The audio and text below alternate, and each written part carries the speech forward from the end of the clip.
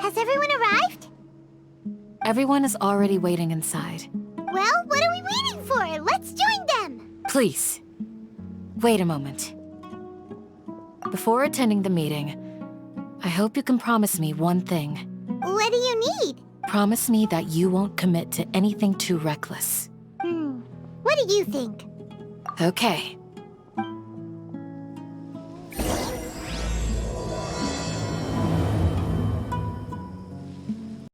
Everyone's here so early! But why isn't anybody talking? We already discussed things a bit.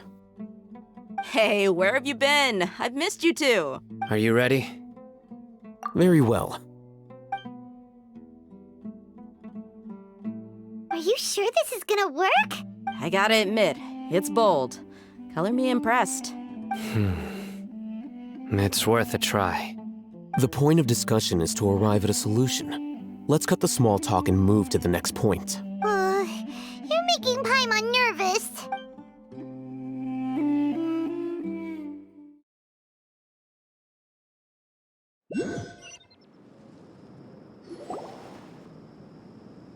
You're finally done. I have some other stuff to take care of. Catch you all later. Come on, don't give me that face. I know what you're going to say. I'll be careful. That's what I wanted to hear. Take care. Well, traveler, Paimon, judging from your expressions, the meeting must have been quite productive. You can tell? I'm not that good at scheming or strategy, but I can sense people's emotions. And based on your reaction, things must have gone quite well. Paimon's a little worried. Hopefully nothing will go wrong. To be honest, I feel the same. But you're already some of the most capable people I know. So you have my trust. Candace gave us a compliment. Your deeds speak for themselves. Candace, we stayed behind to tell you that, although you won't be coming with us, we'll be sure to remember your words. I'm very glad to hear that. I've said the same thing to everyone here today as I said to you when you arrived. Your safety is the most important thing. Only when you're safe can the plan be successful. So please, take care. You're welcome. And thank you for taking my advice. Good luck with everything. I'll be here in the village praying for you.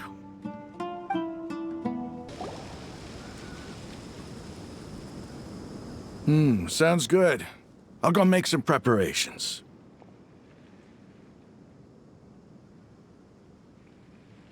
Okay. I'll hit them! Have you finished saying your goodbyes? Yeah!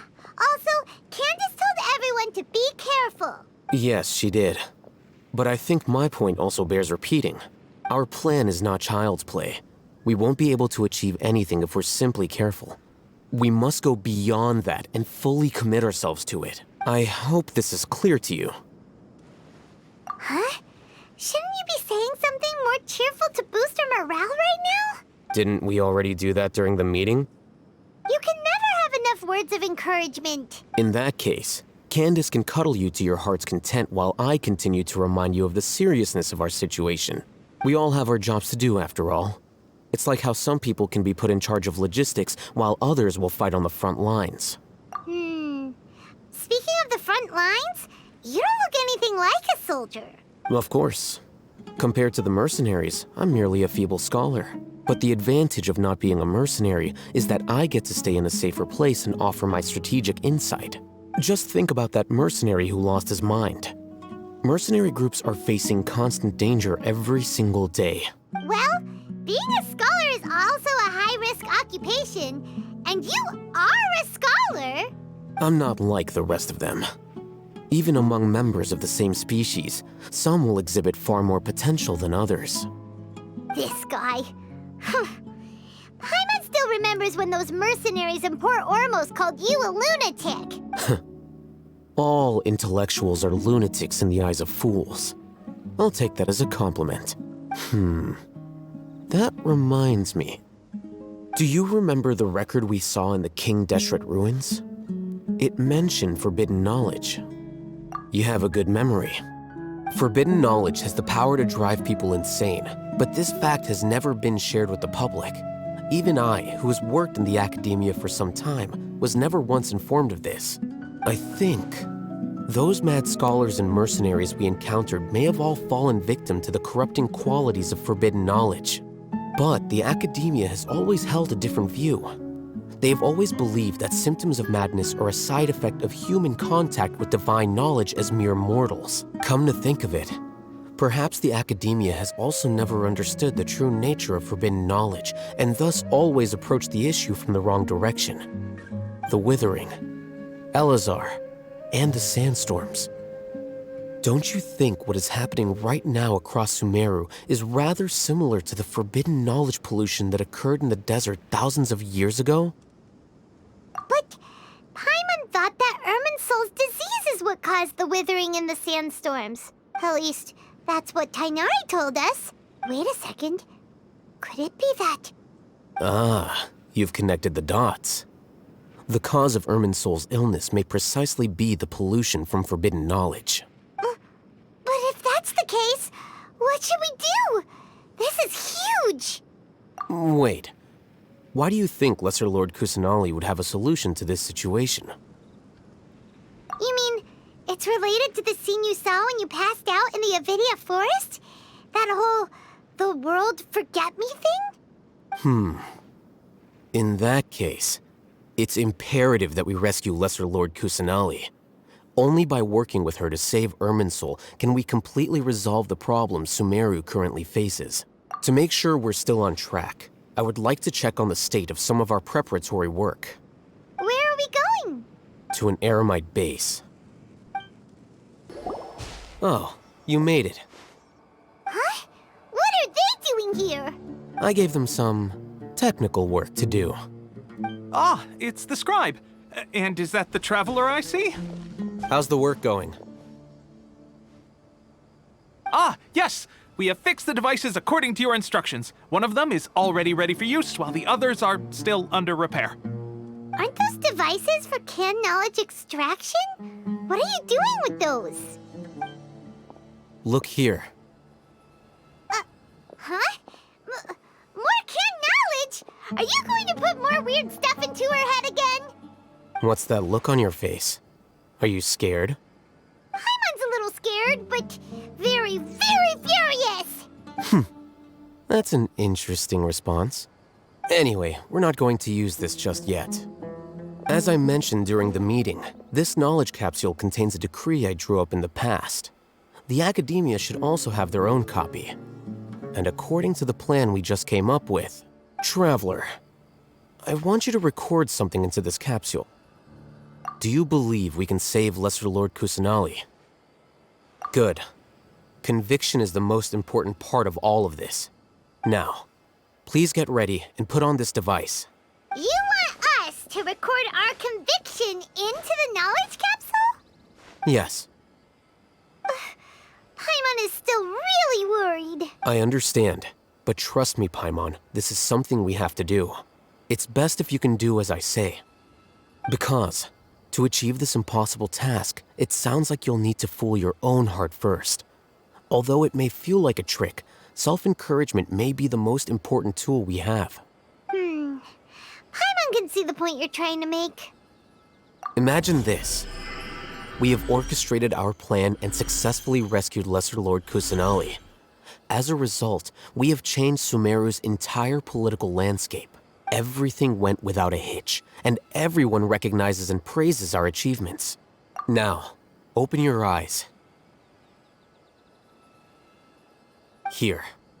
What's this? Read it out loud.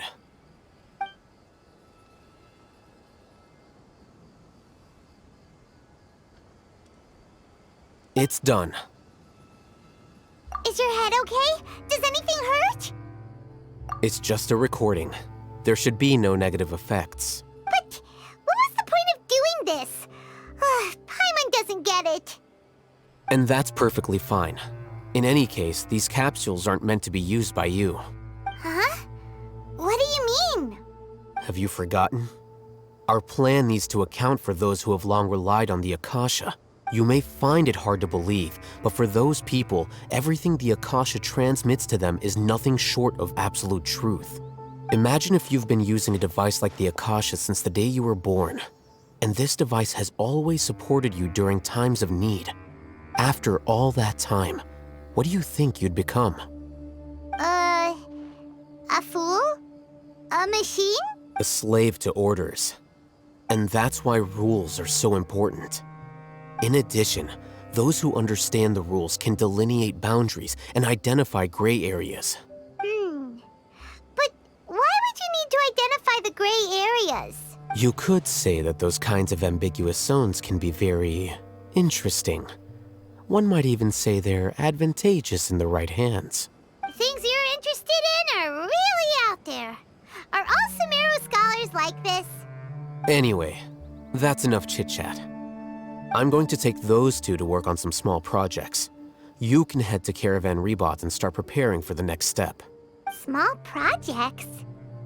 We're going to tinker with the Akasha terminal and make a few modifications. I thought we agreed on a plan. How can you go back on your word? The plan is too radical and carries a high risk for casualties. I've given it a lot of thought. And in the end, I still can't agree to it. But it's still the best plan we have.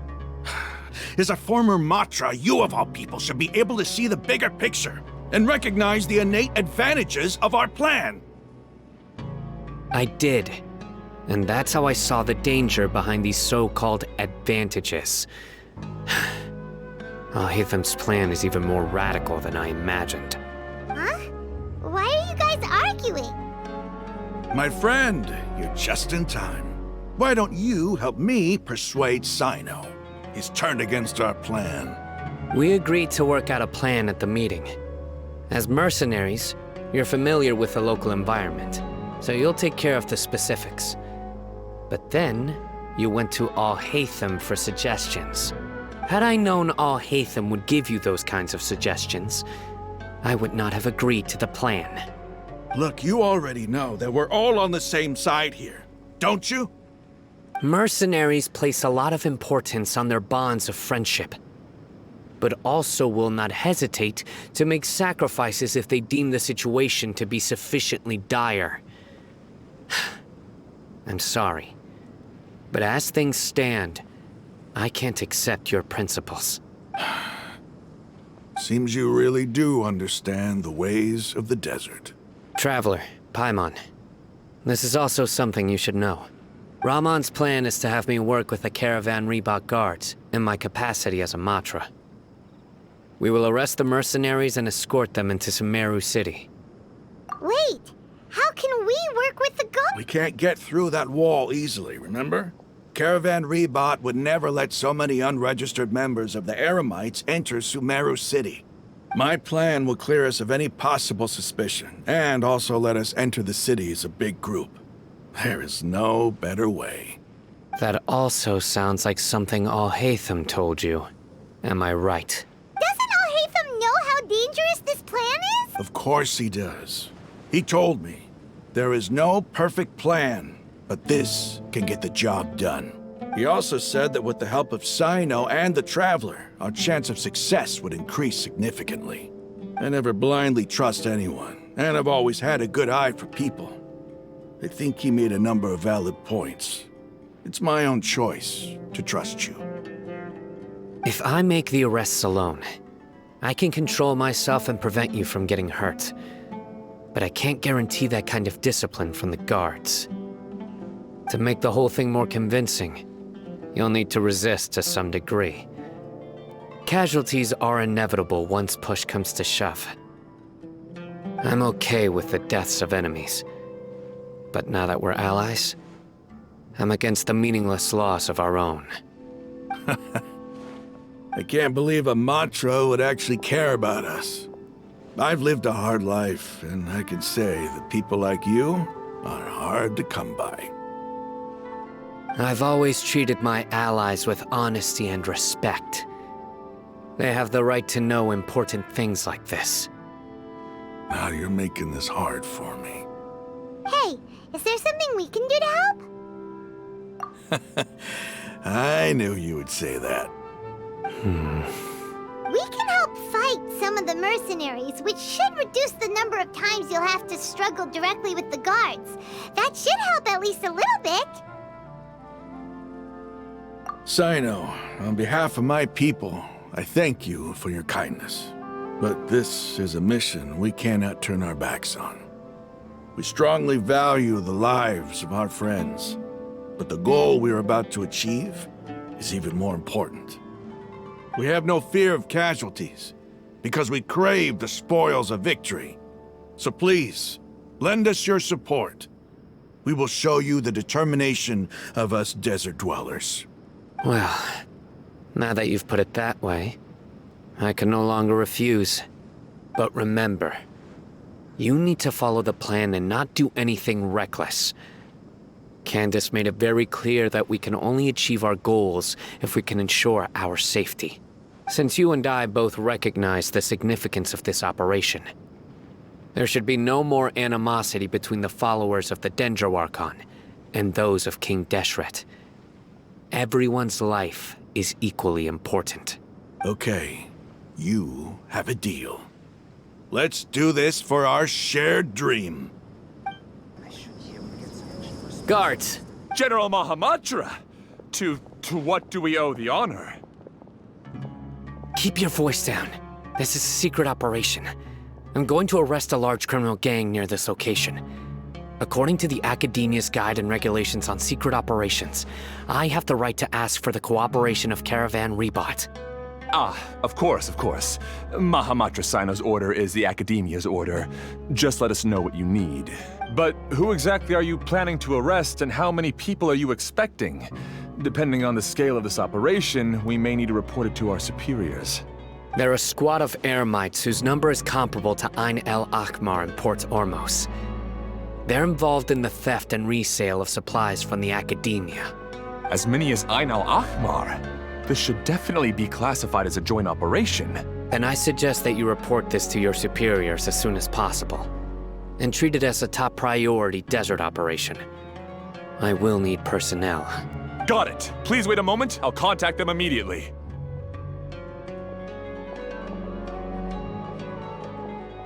Because this is work. Because I trust you. Paimon can't believe you're still in the mood to chat. This whole thing has Paimon scared stiff. Aren't you even a little worried? What if these guards already know that you have betrayed the Academia and are no longer their General Mahamatra? Even if that guard doesn't know, their superiors might, right? We discussed this, remember? The Caravan Rebot operation is of great importance. But don't worry, the guards there shouldn't know that Cyno has stepped down. How can you be so sure? First, the other Matra still don't know why Cyno has left, which proves that the Academia has been covering up the matter. Second, this is a crucial moment for the Academia's God creation plan. If something were to happen to the General Mahamatra, it's bound to attract a lot of unwanted attention. No matter how you look at it, they don't seem interested in sharing the news of Cyno's departure. A reasonable inference. I agree. Which brings us to our next issue. I'm sure some of you have been wondering if the prediction function of the Akasha will affect our operation. The Akasha is still in operation, so I must remain on high alert. Actually, considering the power of the Akasha, it's quite strange that it hasn't already tried to interfere with my actions. I've given that a lot of thought. For now, I don't think you'll need to worry. If you remember, when you first came to Aru village, all your actions and routes were predicted by the Akasha. It even gave that information to those who kidnapped the village keepers.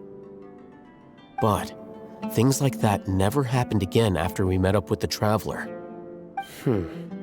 That's true. But why? Look at it from a different angle. Why do you think the Akasha will predict your actions? Because my personal data has been entered into the Akasha. That's true, but The key to this question is, how well can the Akasha make predictions about a person? Haven't you ever thought about it? Just how can it do this in the first place? Because the Akasha controls the entirety of Sumeru.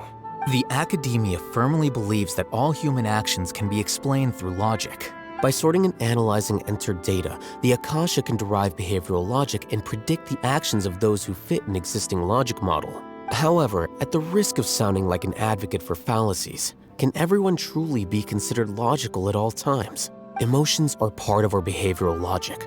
But can you guarantee that every experience of the same joy or pain would be equally intense? How can our feelings and opinions be predictable down to the letter in every single instance? Sino, in the past, you've always worked alone. In the absence of another person who could sway you or your thoughts, the Akasha could produce predictions that were similar to your real-life behavioral principles. Decisive and principled, you were used to solving problems alone. That's why the Akasha could figure you out. But now, you've joined a team. And I believe the Akasha hasn't yet figured out the full composition of it. Our thoughts and logic have intermingled and weaved themselves together to become a complicated, chaotic mess. Any one of us could potentially disagree with another. The Akasha lacks data on these interactions, and it's impossible for it to predict your actions in the future based on your decisions in the past.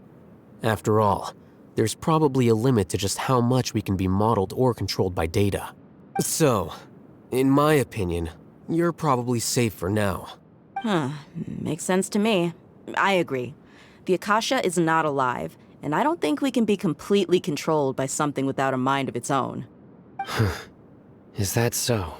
I guess there are things that even the Akasha cannot calculate, and people will not be forever trapped by the past. I'm so glad that this is settled. Next time, pay attention during our meetings. Will do. Just remember to stay vigilant. Footsteps! General Mahamatra, we were not expecting your presence here. I'm the security officer of the Grand Deshret Desert District. My name is Luxembarbo. This is my assistant, the Traveler. She will be working with me. The construct next to her is for her work. Beep! Construct, beep! What a great honor to meet you. Your golden hair is as bright as the sun. And, is this the latest technology from the Academia? Have you made a decision regarding the matter I mentioned to your subordinate? It seems to be a dire situation, so of course you will have our full cooperation. To be perfectly honest, I've always longed to go on a mission with someone as well known as yourself. There's no need for flattery. Yes, sir. Take your most elite platoon and follow me to the eastern side of the district. We will carry out the operation there. Understood. Map. Hurry, bring the map! In 2 days, we will engage Rahman's Eremites and capture all of them. Any questions about the time or location? None at all, sir. Good. See you then. Yes, sir.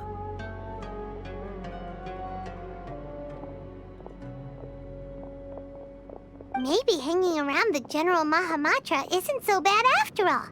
Everyone's so respectful towards us. This is all due to the absolute authority of the Academia. And now, we're going to strike back against that massive pillar of power. Get ready. We will move out in 2 days.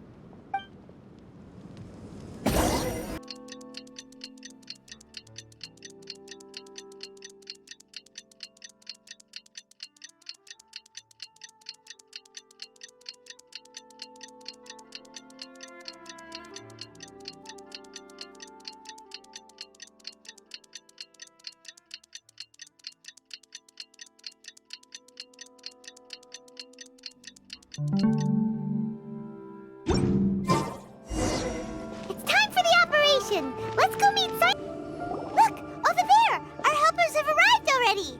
Let's hurry over! Wait a moment. Ah! Oh, it's you. You're my assistant, remember? Being my assistant, you must stay with me. Now let's head over there. It's General Mahamatra and his assistants. We meet again. You're here early. It's to show how important we think the operation is. Since this is a big case for the Academia, we are prepared to give it our best. I'm glad to hear your sense of resolve. Remember, we must capture them alive. They are our only leads for the case. If they die, we will be unable to continue the investigation. Understood. Everyone! The Airmites are approaching from the west! Make preparations and be ready for combat. Halt! Oh? What a warm welcome! What do you want? Judging from those shiny weapons in your hands, it seems like you're not interested in a deal. Rahman, the Academia has caught wind of your smuggling and illicit sales. If you value your life, I advise you to surrender. Who are you supposed to be? A Matra from the Academia? I can't believe you came all this way just to catch us. I'm not here to talk. Oh. Nobody's given me this much time of day since I became a mercenary. Brothers! For that slight, let's wash our blades with their blood. Let's show them we Airmites are not to be messed with. It's over. Ah! We have subdued them. The operation is now over. All Aramite mercenaries and related personnel in the area have been arrested. Ah, you pitiful Dendro Archon dogs! You'll regret this! I'm afraid you'll regret it first. King Jeshred will curse you, and you will all! Silence! Oh, Restrain them and take them back to Caravan Rebot. Count their numbers and send them to the Academia as instructed by the General Mahamatra. Yes, sir!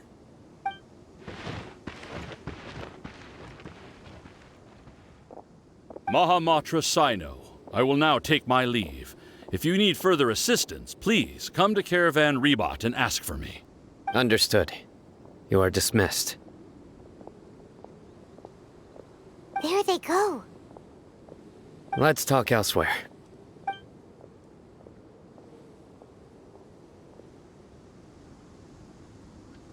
This part of the plan went really well. Yes, things went perfectly. That's fantastic! And that punch you gave Raman there sure looked convincing enough. Once we're done here, I'll return to Caravan Rebot and oversee the group's transport. I promise. I'll get everyone into Sumeru City safely. Yeah, you're the reason why everything went so well. It's not the time to celebrate yet. I believe Dia should already be waiting for you. Go join up with her. She will need you to introduce her to Tainari. Speaking of which, is it really okay for us not to share the full plan with Tainari? What if he'll feel miffed about it and refuse to work with us? I have a very close relationship with Tainari. Given how well we know each other, I believe my message alone should be enough to bring him to our side. He knows I won't make jokes about things like this. If we need help, Tainari is the best option. Get ready for the next phase of the plan. Don't keep them waiting. Dia! We're here! It's about time. Didn't you say our part of the plan is the most important of all? And here you come rolling in late. In the time it took you to get here, I already did 5 laps around the place, downed 7 drinks, and even did some clothes shopping. Sorry. We didn't mean to keep you waiting. I just wanted to fix your attitude and rub it in a little. After all, you took your sweet time getting here, and we've got important stuff to take care of. I just like seeing that serious look on your face. All right, I'll stop. All joking aside, I'm glad you're here. Let's get moving and take care of this as soon as possible.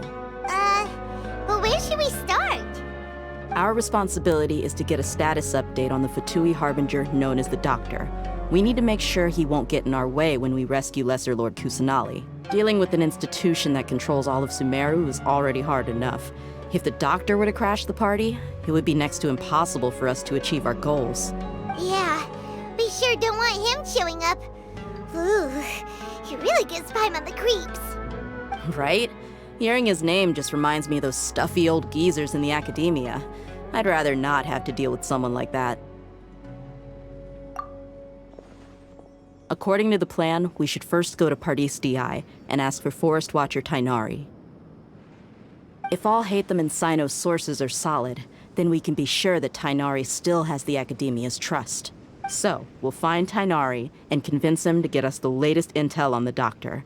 Then, depending on what we learn, we'll make any necessary adjustments to our plan. The sages have placed spies everywhere on the other side of the wall. I'll follow you as a bodyguard. You should be honored. I don't offer my services to just anyone, you know. But Paimon thought mercenaries would do anything for Mora. That's certainly true. But when multiple employers are vying for your services, you should always go with the best offer. Let's see. If I were to charge you a bill, I guess I can apply a discount. How much more do you want? Paimon's not sure we can afford it. How much do I want? Hey, how about paying me with a smile? What do you say? I haven't seen you smiling much recently. If you ask me, someone like you must look lovely when they smile. Come on, give me a smile so that I can be less worried. Looking good! I hope this pretty smile will become our lucky charm. There are many kinds of smiles, but only a truly joyous one can bring blessings to others. Let's consider this smile a down payment for our future victory. Let's go. It's time to pay a visit to Pardis DI. Tainari! Ah, Traveler, Paimon. And you are? Hey there. This is our friend Dia. She's an Aramite mercenary. A mercenary? You must have some big news for me. It's something really important. Please help us out. All right, then follow me.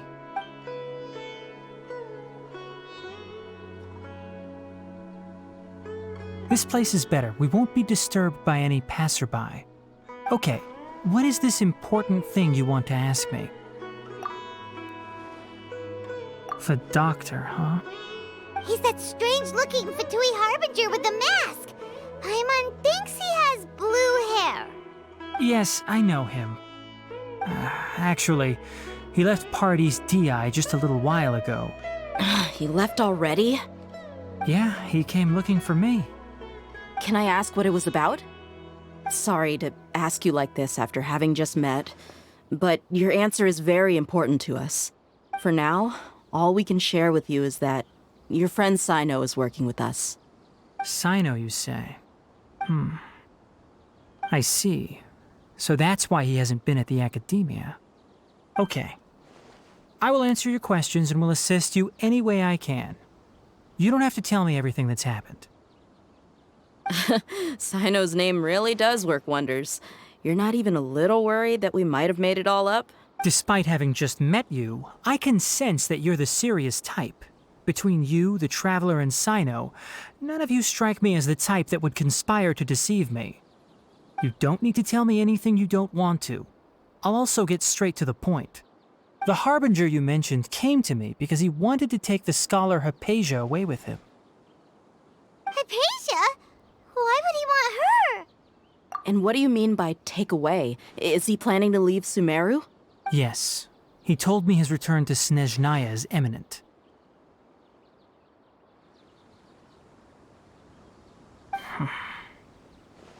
So you mean... you're leaving this place soon? Indeed. Otherwise, we could have perhaps talked a little more. I was just about to set out when I remembered something important. To that end, I made a final trip to Pardis DI. Let me ask, have you been taking care of a scholar by the name of Hypatia? Your sources are accurate. No doubt because you recruited many informants. But you're right. Hypatia has indeed been receiving treatment from me. Forgive me for asking, but how's the treatment coming along? Given the way you're asking, I assume you have something to say. Since you asked, I'll be frank. I would like to take Hypatia to Snezhnaya. It's incredibly difficult to transfer a patient. As a scholar yourself, shouldn't you at least be aware of this? Oh?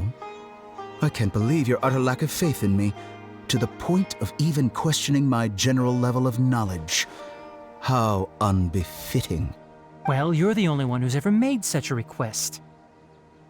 I have my ways of keeping her safe during the journey. In addition, I can also promise that under my care, Hypatia will receive the most advanced and effective treatment. I will personally supervise her treatment and see to her recovery. Would that be agreeable to you? Hypatia was born in Sumeru and remains a scholar of the Academia. Her situation has not become dire enough to necessitate her transfer to another nation. Transporting her to Snezhnaya is risky, and the potential benefits are unknown. As the person currently responsible for her treatment, I cannot possibly sign off on this transfer. Your suggestion is rude and reckless. I'll pass. I don't know much about the doctor, but after talking with him, I realized that, just like many other scholars, he possesses an aura of arrogance that I've come to detest. It's not so much that he's looking down on others, but more that he's so confident in himself and his abilities, to a point of near insanity. I would never refer a patient to someone like him. I prepared myself for a protracted battle of wits, and was really surprised to see him just give up on the topic. Still, his reaction really concerned me.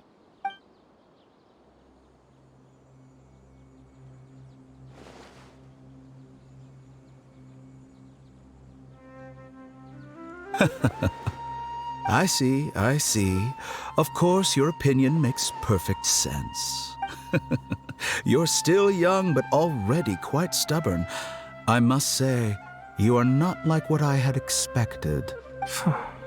Under normal circumstances, I wouldn't just let you off the hook like this.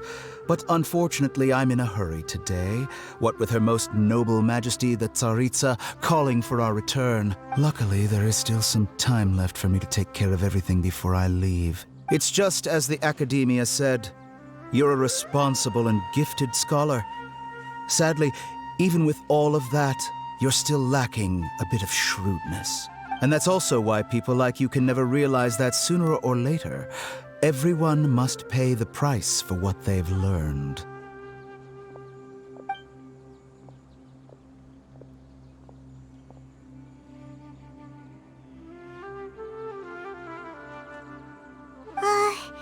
Paimon can't help but feel like he's hinting at something unpleasant. He asked a question, yet didn't care for my answer.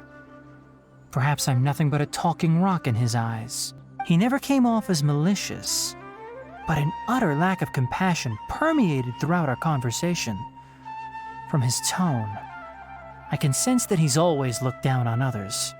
I can barely believe it myself, but if that's true, the situation will be in our favor. I don't think I missed any details. Frankly speaking, I don't want you to do anything too risky. Now that you know a little more, it should be easier for you to stay safe. Sorry we can't tell you everything. We appreciate that you helped us anyway.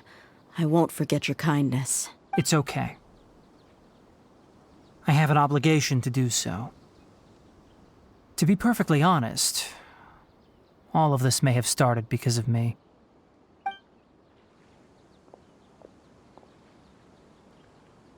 Recently, my master wrote several letters to me, asking me to return to the Academia and assist him with his research.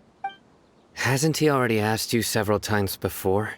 Yes, but there's something off about this most recent batch of letters. The handwriting and tone are both familiar, but some details have been omitted. My master will occasionally leave a few dots on the back of the letter. 1 dot means that he wrote the letter on a sunny day, and 3 dots stand for a rainy day. This has been a habit of his for many years, but I didn't find any dots in his recent letters. I believe something may have happened to him. I get it. Since you are always at Gandharvaville, you would like me, someone already working at the Academia, to investigate this matter, right? I'd like to ask you to do that for me. If you can keep yourself safe, please withdraw immediately at the first hint of danger. I can do that, but I have a feeling it won't be that simple. The Academia has been working on a big project. I'm not quite sure what it is, but your master might be involved with it. If the higher-ups really are hiding something, then it will be difficult to remove myself from the situation once the investigation starts. If the situation becomes critical, I'll leave the Academia. If you don't see me there for an extended period, that's your cue. All right, we've got a plan. I'll stay at Gandharvaville to support you. If that scenario comes to pass, you must be extra vigilant. And be wary of any messages or direct requests from the Academia. I must say, I didn't expect a warning like this from the General Mahamatra. Being loyal to the Academia doesn't mean blindly doing whatever the sages say. I know what I'm doing. On that note, aren't you also being quite distrustful of your alma mater? The Academia, yes, but my master is a man of integrity. Even when I was a student, I was worried he'd get in trouble for sticking to his beliefs. I suppose he's lucky to have lasted so long. But in the end, it still caught up to him.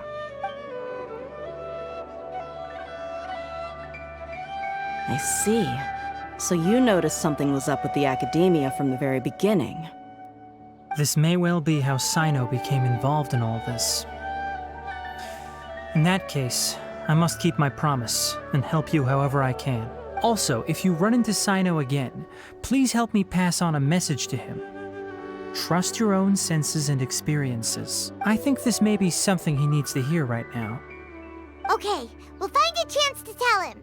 Thanks. Right. Now let's go hunt down this Harbinger. Oh, by the way, which way did the doctor go when he left Pardis-Dii? That way. Gotcha. Thanks so much. We'll be on our way.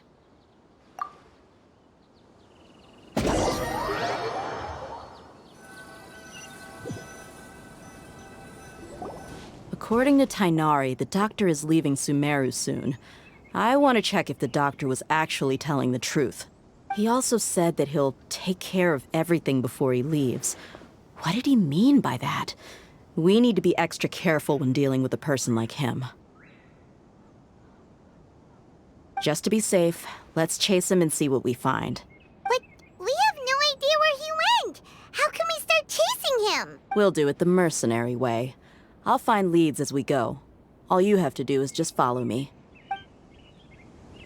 That Harbinger may have tried to cover his trail, but he still left some traces. Or perhaps he never even thought about concealing his whereabouts. Maybe that's just how arrogant he really is. Yep, we're headed in the right direction.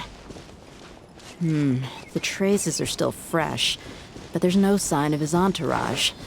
Clearly they're in a hurry. It's just as I thought.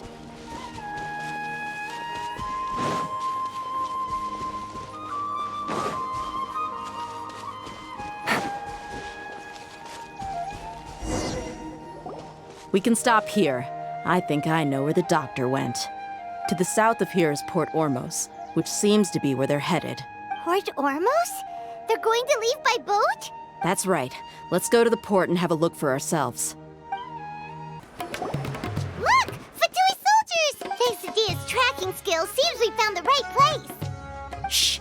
Don't draw their attention. The port is crawling with Fatui soldiers. Let's keep going and see what we can find. Now this is a proper farewell ceremony for a Snezhnayan Harbinger. The Lord Harbinger is leaving. I've still only seen him once or twice. I used to hold a position in our homeland, and back then, the doctor spoke in a very different way from the way he speaks now. Maybe the way people talk in Sumeru has rubbed off on him? It's always like that when you spend too long away from home. When he gets back to Snezhnaya, perhaps it will also take him some time to get used to the life there again. Huh? But, sir, that can't be right. No, I remembered like it was yesterday. Both his expressions and tones are now very different. Also, for some reason, he seems like he's all smiles now. You must be mistaken. Nobody's supposed to look happy when they're on a business trip.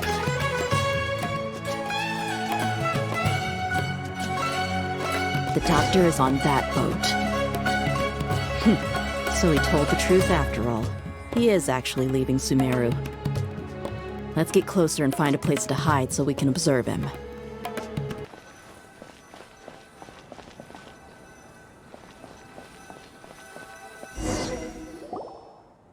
This place'll do. We can hide here while we keep an eye on the boat.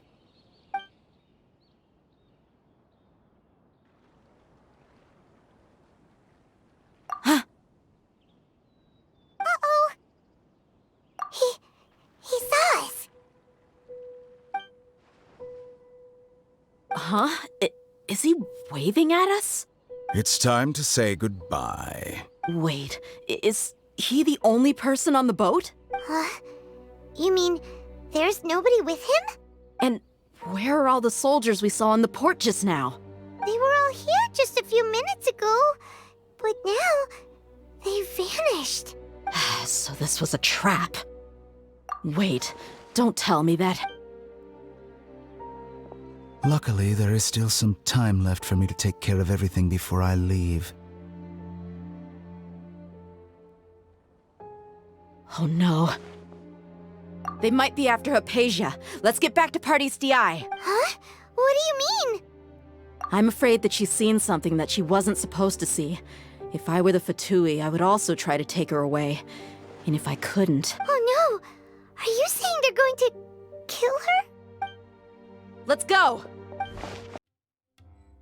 Party's DI is not a place you ChIII can just show up and do as you please. I believe we've already made ourselves quite clear. Our superior gave us permission to search for and collect medicinal herbs in Party's DI for research purposes. But you've been in Sumeru for some time already. I find it coincidental that you chose to only come here today. Even the Grand Sage himself may not have the right to question our research, much less an ordinary scholar like yourself. I've done my duty to inform you. Don't make things difficult for yourself. It would seem that my words have fallen on deaf ears. You can keep trying to deny it, but coming to Party's DI now? I'm pretty sure you're not just looking for herbs. With all due respect, your baseless speculations will only lead to unnecessary trouble. Well, you only have your Harbinger to blame. He knows nothing about keeping a low profile. I may be staying at Party's DI as a scholar, but that doesn't mean I'm no longer a forest watcher. It is still my duty to protect the peace and safety of the scholars who have contributed so much to Sumeru. Then it seems our conversation has hit an impasse. No one will lay a hand on you, Hypatia. Not on my watch. We're not getting anywhere. Traveler, Paimon, please go to Hypatia. We need to make sure they don't try to sneak around and attack from behind. Got it! Hypatia's still here. Doesn't look like anyone's broken in.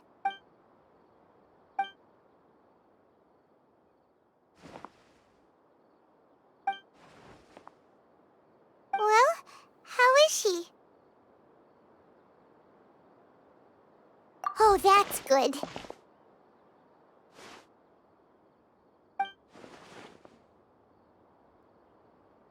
So, you think this is over?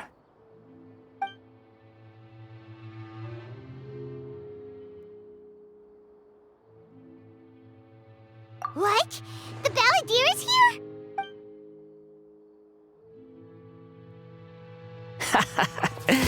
I've missed that look of abject horror. You've given me that look every time we meet. But, where is he?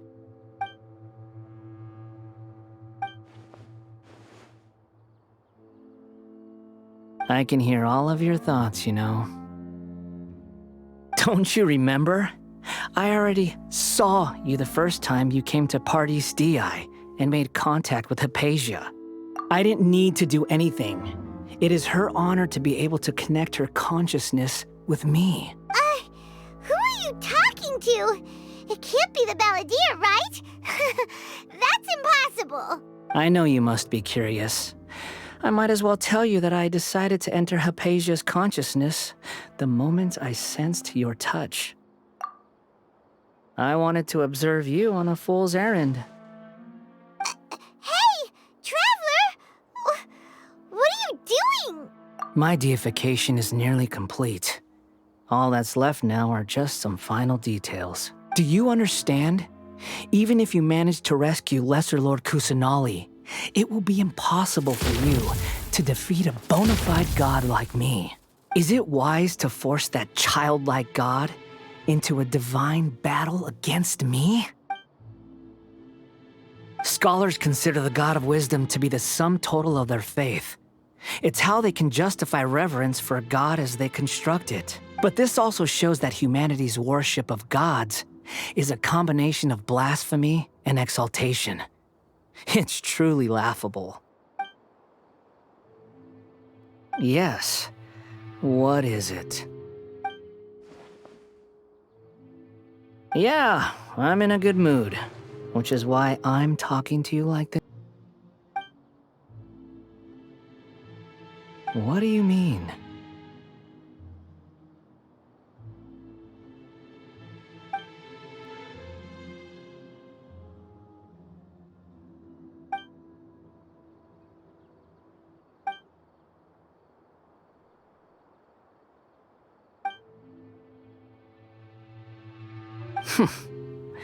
Those words almost make you sound like a friend who actually cares.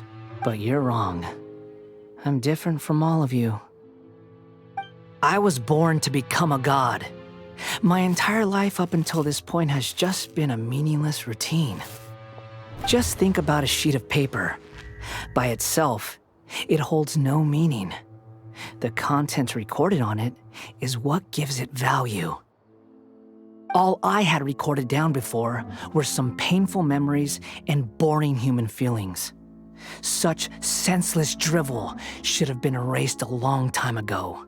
Indeed, to me, the sight of you fools in your futile struggles is far more amusing. Tell me, just what has this world done for you to protect it with such zest and conviction? I'm connected to your consciousness, so I can hear what you're thinking and sense the depth of your determination. This is a good conversation we're having. So here's a word of advice. Let go of your misguided guardian complex. You know nothing about the truth.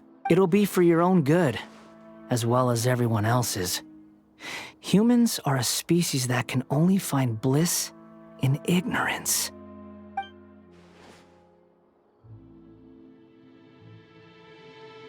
Ah, you've seen my affection for her. If you were in my position, I think you'd feel the same way. She peered into my consciousness and saw my past. Someone like that is qualified to become my first follower. All gods need followers. So Hypatia has been chosen. Her appearance heralds my imminent arrival at the throne of divinity, while her worship shall become my glory. You're doubting me again? No matter. Soon, you'll know what kind of authority you're challenging. Who wants to hurt my devout follower? The doctor wants to hurt my first follower?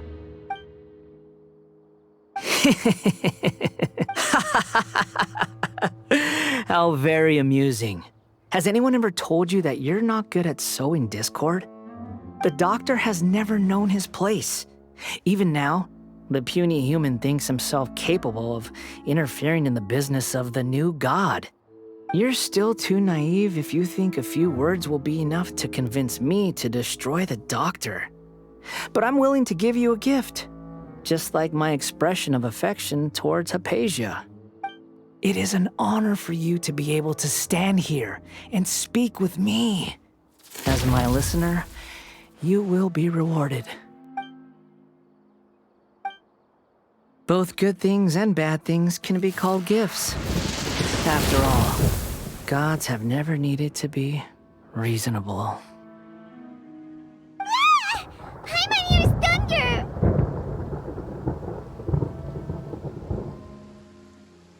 That person Paimon couldn't see was the Balladeer? Oh, he sure chatted with you for a while. Where is the storm headed? That means anyone outside is in danger! Let's go! Tainari and Dia still must be fighting! Oh! Have the Fatui retreated? Hey! What happened to you? He's hurt. I'm fine. Don't move. I've seen eremites get struck by lightning before. You need to rest. Struck by lightning? We were fighting, and just as things started looking grim, the weather suddenly became extremely strange. Lightning started attacking everyone, almost as if it were alive. Luckily, there were only two of us, and both of us were nimble enough to dodge most of the strikes. There were a lot of Fatui, though, and they were being torn to shreds by the bolts of lightning. With that, all the Fatui soldiers were forced to retreat. Why are you sorry? It's all right. I'm sure you also never expected this to happen. Don't blame yourself. My wound aside, you look like you've seen something unpleasant. Is Hypatia all right? Hey, didn't I tell you not to move?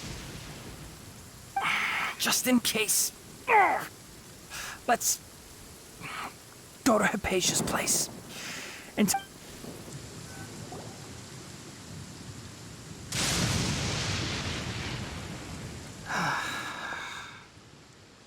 thank goodness she's fine. Hey, how about taking care of yourself first? I understand my condition. The wound is not fatal. I'll be all right. Ugh. The more you understand medicine, the worse of a patient you become. I know. They always think they can push through the pain. Oh, he sat down. Let me rest for a bit. Sorry, traveler. Now you may start.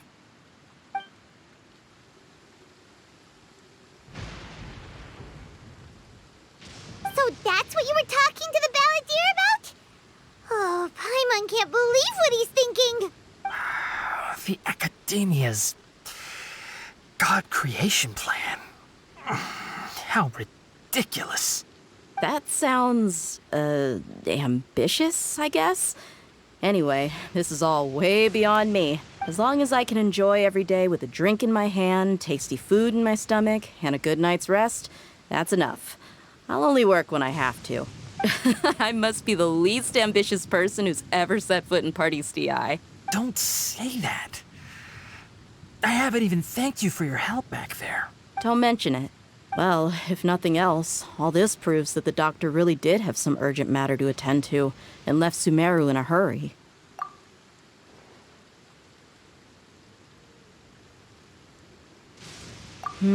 Maybe the Fatui want to cover up some secret of the Balladeer. Is that why they tried to seize Hypatia?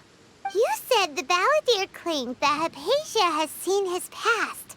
So, what could be there? Have you noticed? The Balladeer is not happy with the doctor's actions. He thinks the doctor has no right to consider himself as his equal. So, if the doctor was to show up again, would the Balladeer zap him with lightning? Based on what the Traveler has said, I think he would. Having the doctor gone benefits him as well as us. In other words, we've successfully completed this stage of the plan. The doctor is out of the picture now. Yay! That's a big accomplishment! I'm also happy for you. Thank you for the help, Tainari. Make sure you rest up for now. Yeah. All right. Okay, that wraps things up for us here at Party's DI. Traveler, it's about time we rendezvous with the others at the Grand Bazaar. Let's continue to keep a low profile. You can head there once you're ready.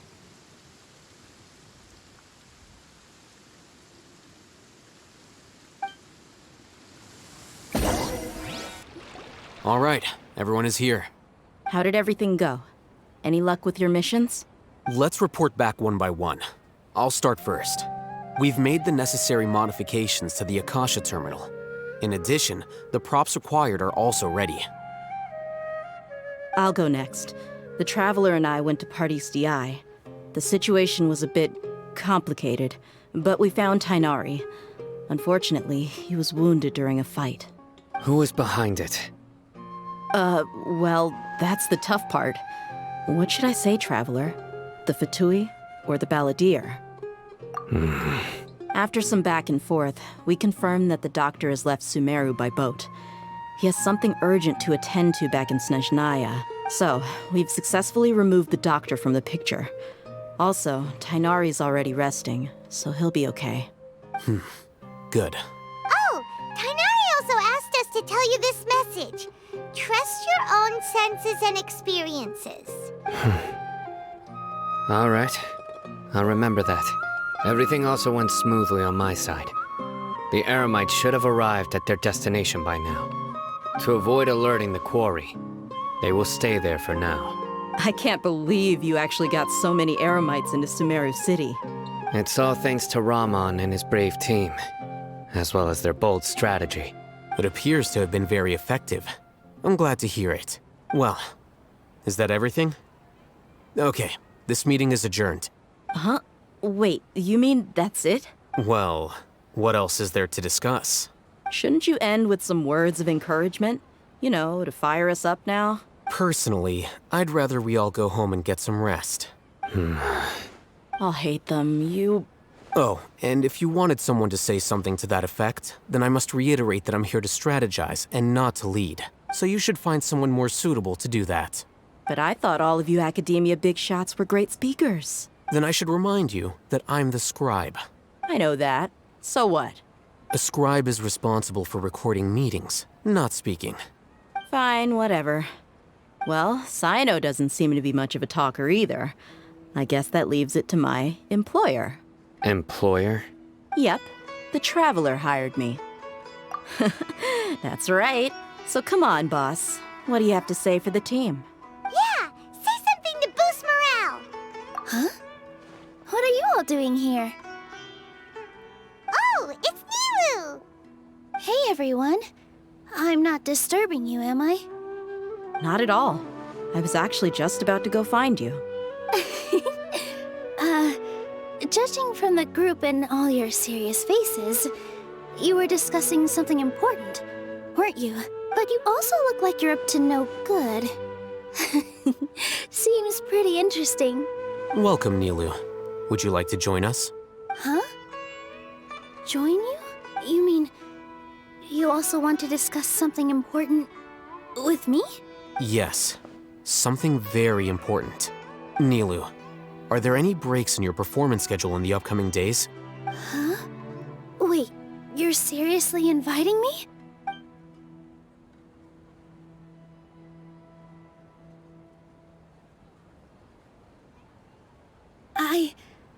I can't believe my ears.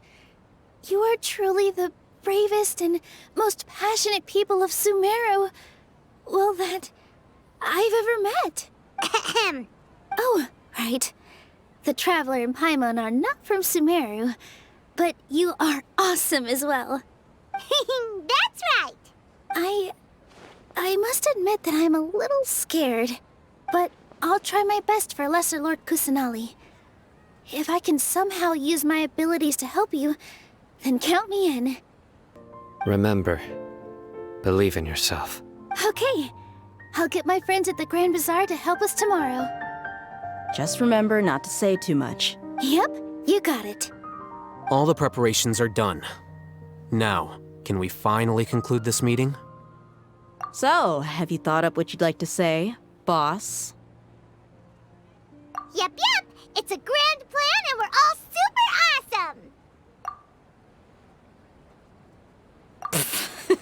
awesome! Well said. A good night's rest before an operation can be the difference between success and failure. Thankfully, I've had my place to myself recently. It's been nice and quiet. Huh?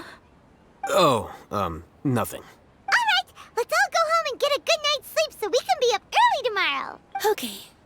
So I guess that means it's time to say goodnight now. Yep. Good night, everyone! Hello, you two. Sleep well? Not really.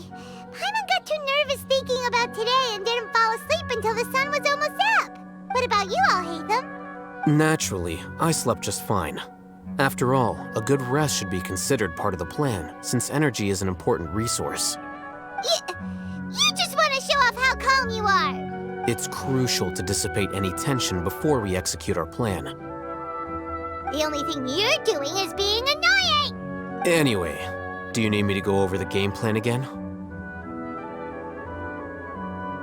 Our target is Grand Sage Azar's office. Everyone in the Academia knows that's where the Grand Sage's console is. Only they can operate it. Many restricted commands and operations are executed via that console. I'm sure that console has a way to free Lesser Lord Kusanali. You know, Paimon's been thinking, what kind of technology could let the sages imprison even a god? That isn't something they could have accomplished with their scholarly talents alone. In the Sanctuary of Suristhana, there's a device of Greater Lord Rukkhadevata's that she once used to isolate herself while meditating. 500 years ago, the Grand Sage at the time modified the device so that it can no longer be controlled from the inside. They were effectively trapping one god with the power of another. So, how are we gonna get to the Grand Sage's office? Don't forget, today is Nyagarbha Day, arguably the most important day to the Academia. The sages and core Academia personnel are busy loading the latest batch of research developments and legal decrees into knowledge capsules so that they can be entered into the Akasha. All the Darshan's researchers have their noses to the grindstone, and the Academia's grounds are flowing with all sorts of people. It's the perfect time for an infiltration. When the Grand Sage leaves his office to supervise the entering process, that's our cue to access the console and free the Dendro Archon. Well, yes.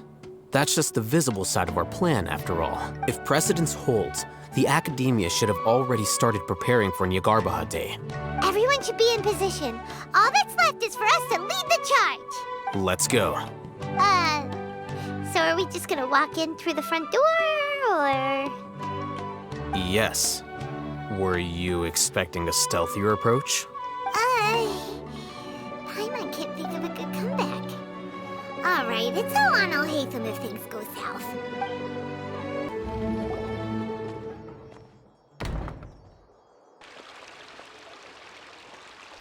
Scribe? Please, wait. Are you Scribe Alhaitham? That's me. Is something the matter? I'm in a hurry. No. I was just surprised to see you here. I had heard that the sages were looking for you not long ago, but I didn't know what for.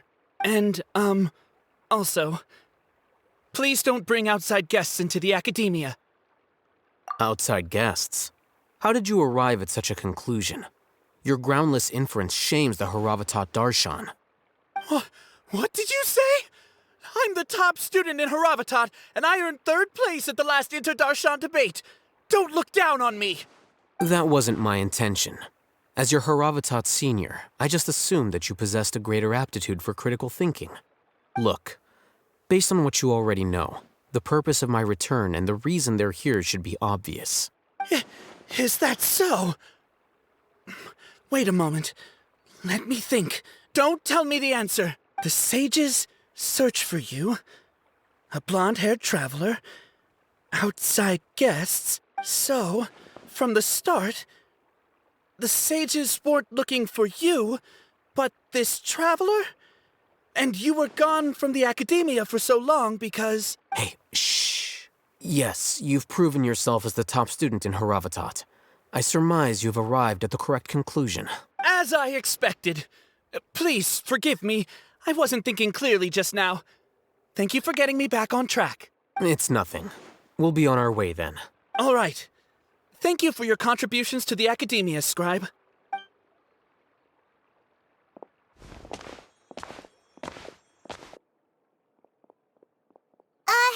What the heck just happened now? What did he just guess? I'm afraid I don't know either. You have no idea?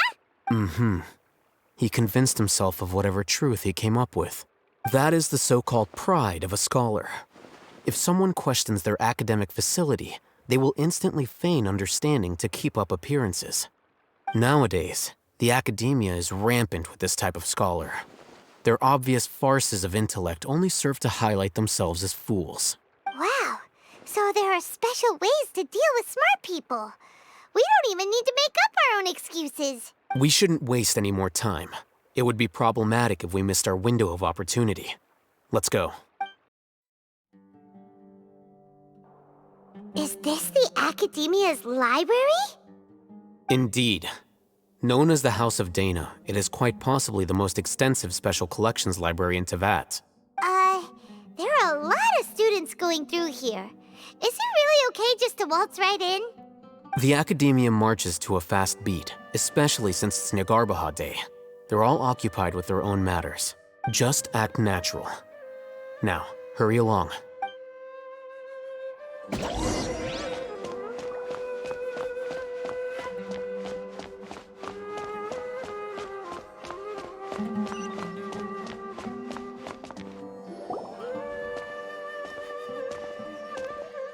What's this platform for?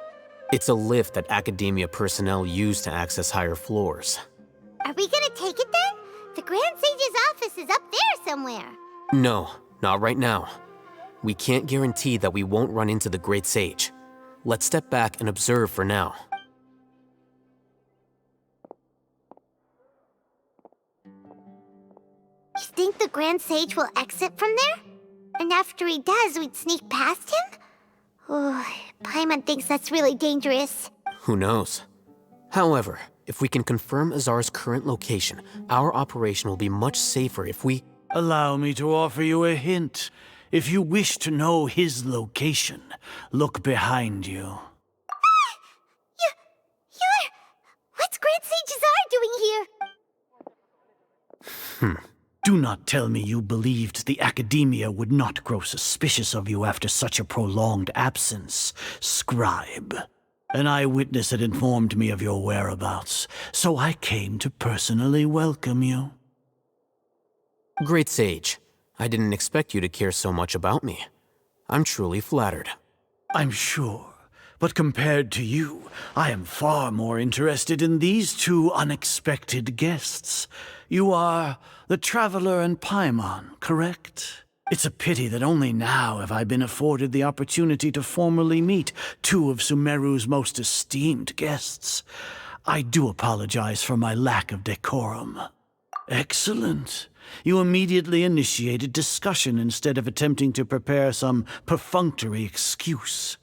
You clearly understand the situation at hand, and have no intention of making a reckless stand. The foot traffic here renders this place unsuitable for discussion.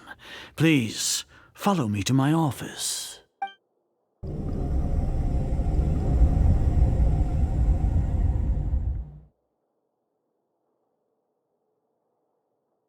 This place is crawling with guards. There's no way out for us. All right then, Traveler. What did you wish to discuss with me? Today is Nyargarbaha Day, so I still have many responsibilities to attend to. There is little time for idle chit-chat before I detain you all. You seem to know quite a bit about our endeavors. If that is so, then you should be praising our great work, rather than using your trivial misgivings in a futile attempt to sway me. Trivial? Then tell me, what do the Fatui want from me? Worthless. Those are all completely worthless. Benefits, divine power. These materialistic words do nothing but debase our great work. Creating a god. Yes, we are using human wisdom to create a god. If humanity cannot attain omniscience and omnipotence, then we shall create a god to reveal them. This is the pinnacle of human wisdom. We shall regain a god's guidance at long last. No longer will we flounder in the interminable void of consciousness and knowledge. Even IRMINSUL will be freed from its plight. For our nation of scholars, this is the ultimate aspiration. No cost is too great to realize it. You will never understand the rapture of having a god be born within your very hands. With your degree of knowledge, you cannot even comprehend such an emotion. Gods exist on a plane that far eclipses humanity's. Lesser Lord Kusanali, what can she even do? Care for the people? Fend off sandstorms? Fabricate silly fairy tales? These are but child's play for the academia. Does that make us equal to the gods? We are a people favored by Greater Lord Rukadevata. Though I may have personally not seen it, our forefathers bore witness to true wisdom. The ascension of the Lesser Lord has brought nothing but bewilderment to the scholars. They all ask, is that truly what true wisdom is supposed to look like? With that in mind, it is better to keep her isolated in the sanctuary of Suristhana, so our academy will not become embroiled in turmoil. What a pathetic justification! Do you really think that only the super smart or powerful should be able to call themselves gods? As per your judgment, Grand Sage, they are indeed dangerous individuals. Not only are they acting against the academia, but their ideologies have the potential to lead scholars astray. Looks like there really was merit in my assignment. Oh, Hatham? Are you talking about us? Anyway, I've brought them to the academia as ordered, but it took some time and trouble. Oh, that reminds me. Here's the investigation report you had requested. It's a summary of my time spent with the Traveler. An array of information about her ready for your perusal. Oh, Hatham! So you're still on the academia side! We finally started to trust you!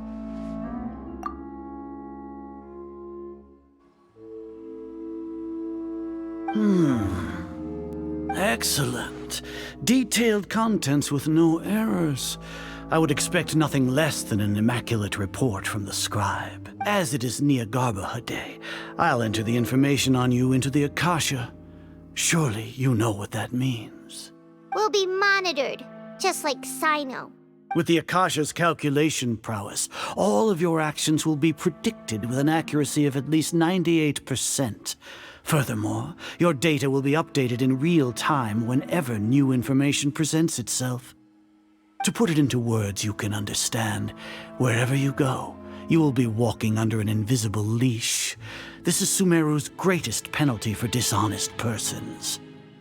Are you not familiar with the concept that great responsibility begets an equally great suspicion? In any case, you are Sumeru's most concerning external variable.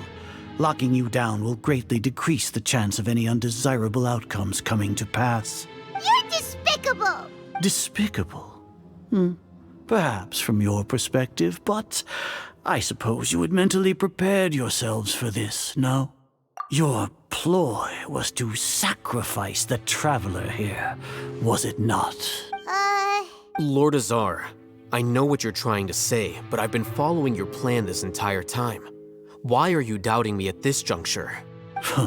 Must I delineate your entire plan? Very well.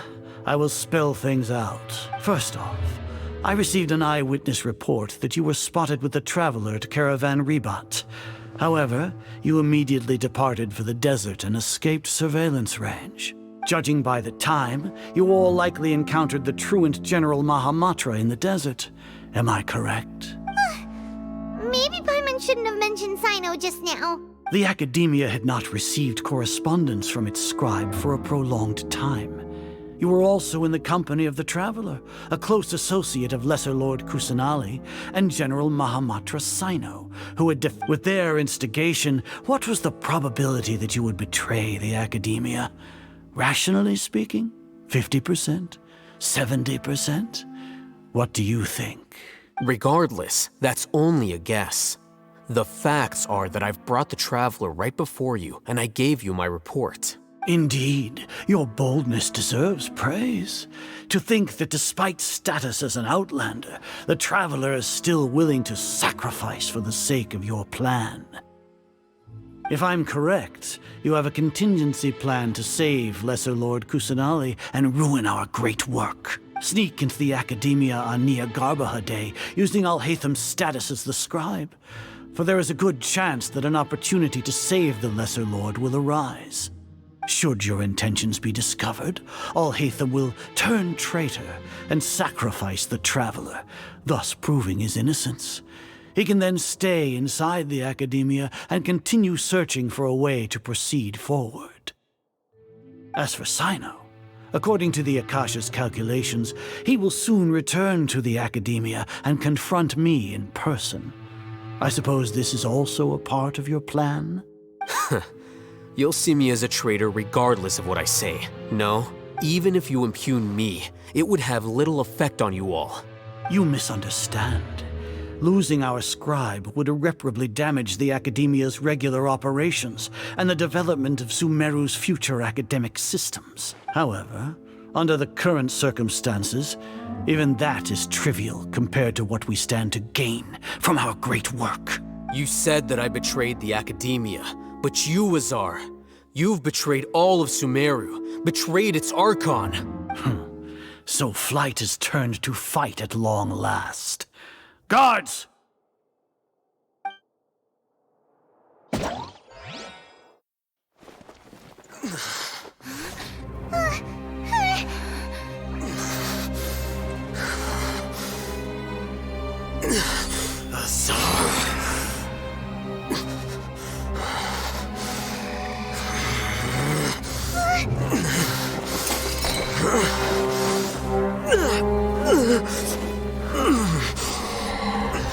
Well, what do we have here? So you stole that divine knowledge capsule? Traitor! You traitor! Even the most rational scholar will yearn for the power of a god in a moment of desperation. Aren't you doing the exact same thing as me, Alhaitham? Unfortunately for you, no god will lend you their power. Azar!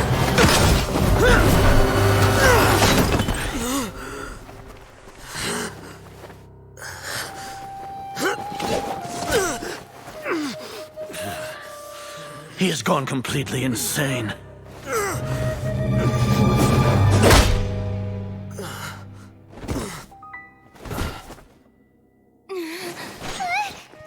Take him to the Matra and exile him to Aru village.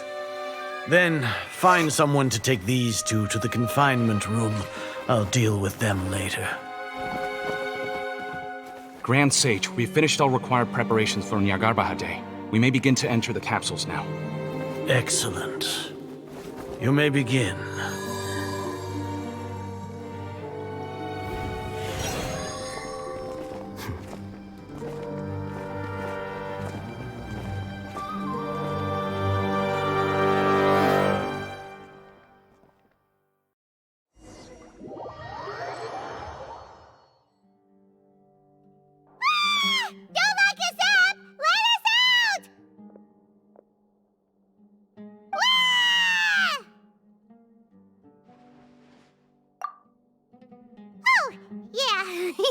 Paimon got a bit carried away there.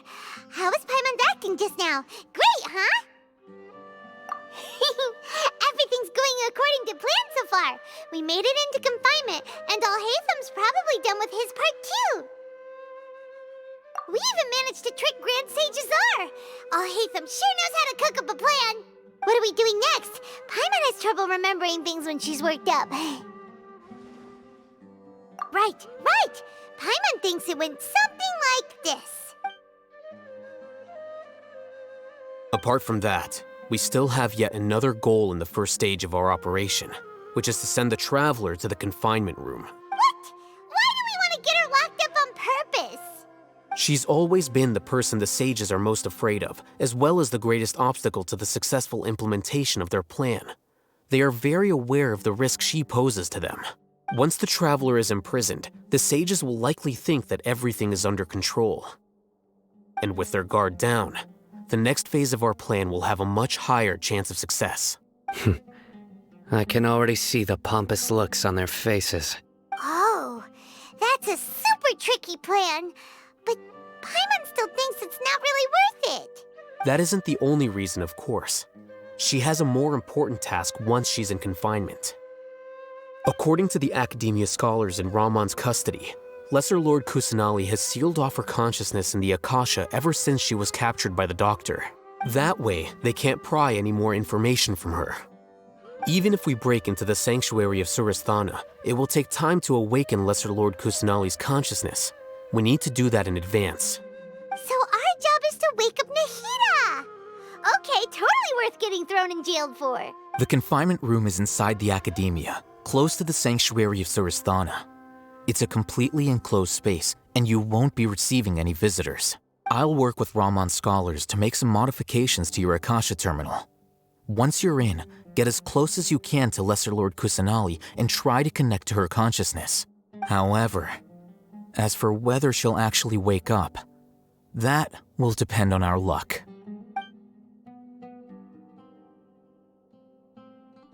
No wonder you've been wearing your Akasha terminal today. It's the one that Al Hatham modified. Paimon thought they'd take our Akasha terminals when they locked us up in here. Were they being careless?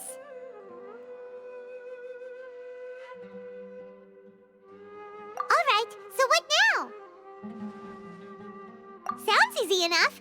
We can finally talk with Nahida after all this time. Let's do it.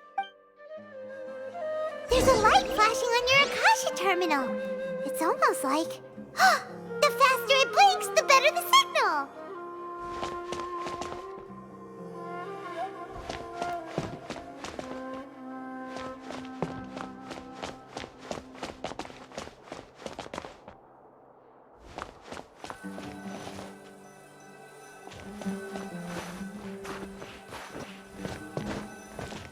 Whoa, it's Mora! Ooh, Mora! No, Paimon, we're not here to hunt for treasure.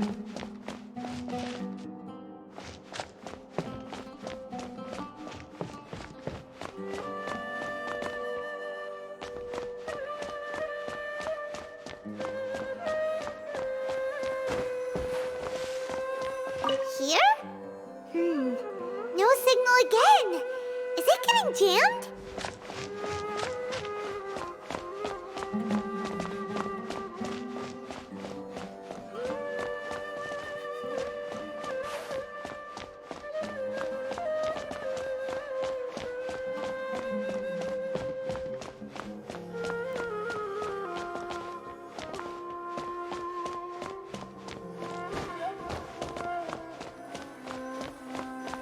Here?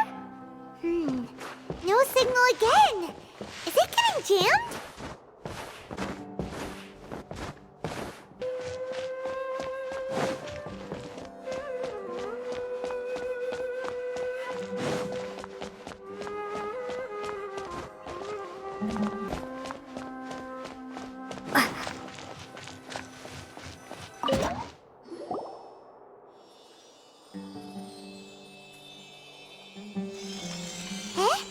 Is this the right spot?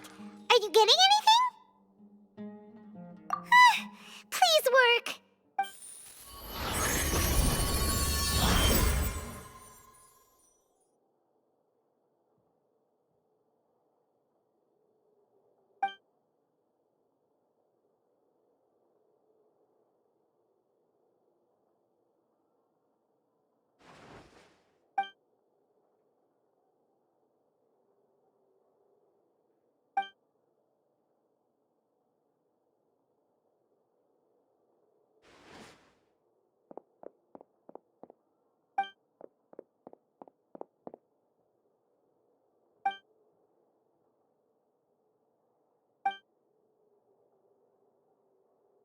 Nahida! Hey, Nahida!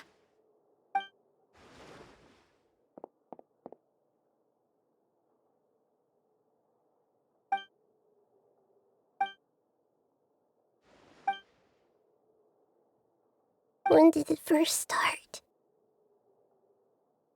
Oh, right. It started from the moment I was born. I want to become a worthy Archon. So I've kept studying. Kept listening to my people and their hearts. Kept looking for a way to save IRMINSUL. so I can catch up. Catch up to Greater Lord Rukkhadevata. But I'm stuck in the sanctuary of Suristhana. The sages are creating a god to replace me. And I'm forced to lock my consciousness in this boundless darkness. Nahida!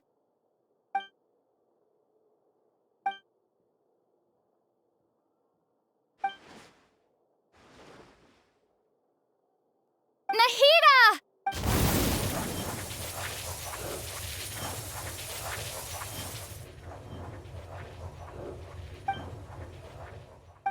It's so quiet here.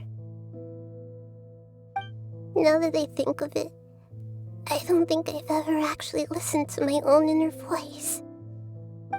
Do Archons have them? Should Archons have them? Have I been doing the right thing? Am I really not needed? How do I really feel about all of this? It's so quiet here. Since you're the god of wisdom, you've known the answers to all these questions since the very beginning, haven't you? Who are you? Whose voice is that? You're right, though.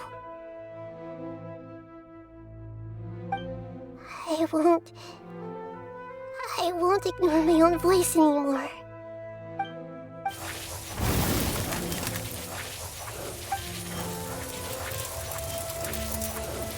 Nahida!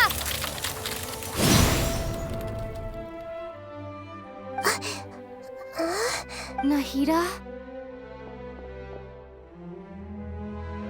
Did you wake me up? Thank you. Why are you here? We're here to rescue you. Are you alright? I'm fine. It's just, when I think of everything that's happened to me, I feel really angry now. You should have been angry ages ago.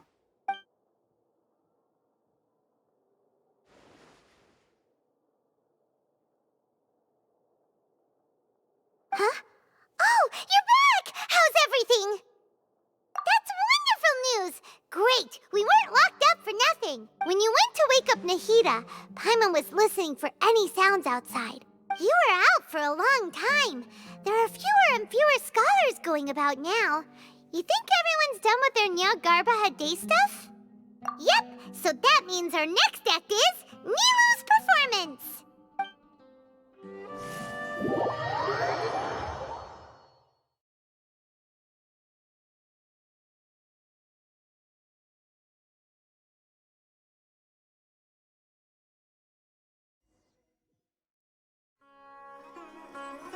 Nilu, are you sure about this?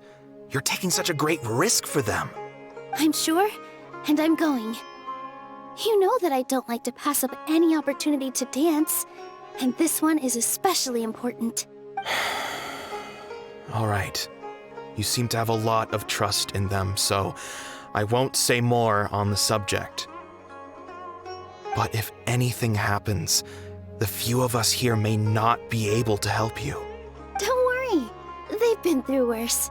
Everything's going to be fine. All right. You know, if you really do get arrested, we'll do everything we can to get you back. Be careful, even if it's only for our sakes. Thanks, Mr. Zubair. You're so very kind.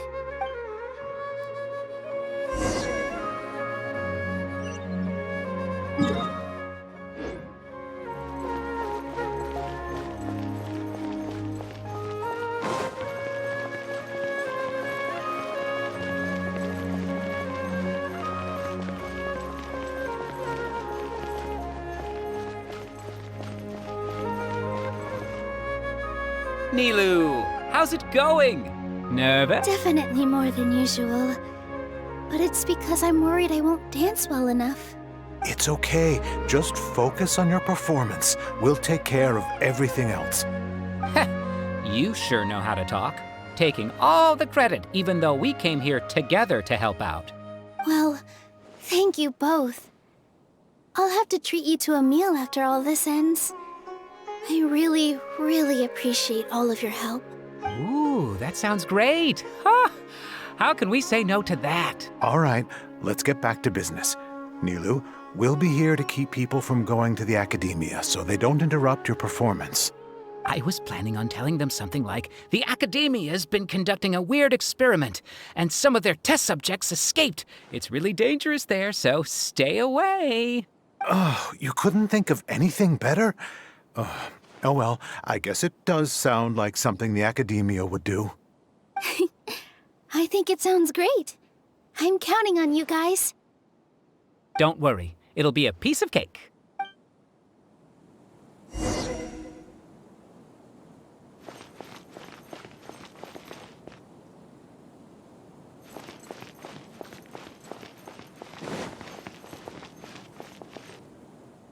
Hey, Nilu! Sorry, it's great to see you, but I'm really busy right now. Our Bait People Away with Yalda Candies plan is working beautifully. Do you want some candy? We have more than we can give out. Vihar, thank you so much for doing all of this. And even dressed up as the Knight of Flowers, no less. I'll pass on the candy, though. I cut back on sweets in the period leading up to a performance, and I'm about to start one. You have a point. The stage is cleared and everything's ready, so you can start your performance at any time. Yeah, thanks to you. I'm really grateful. All right, time to hit the stage. You're welcome. The honor's all mine, since I'll have such a great view of the show.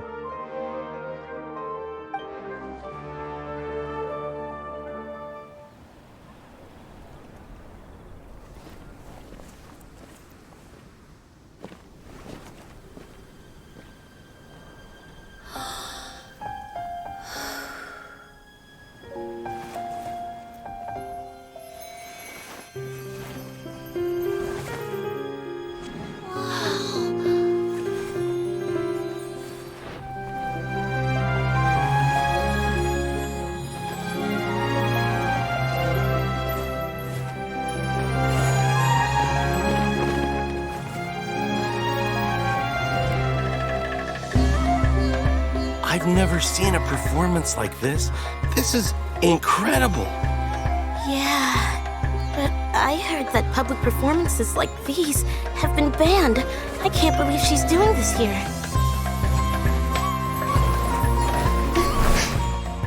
Grand Sage, there's some commotion outside. How uninteresting. Issue the new Prohibition Act from the Akasha to the guards. They'll know what to do. Do you think we should, stop her? Let's just watch for a little bit longer.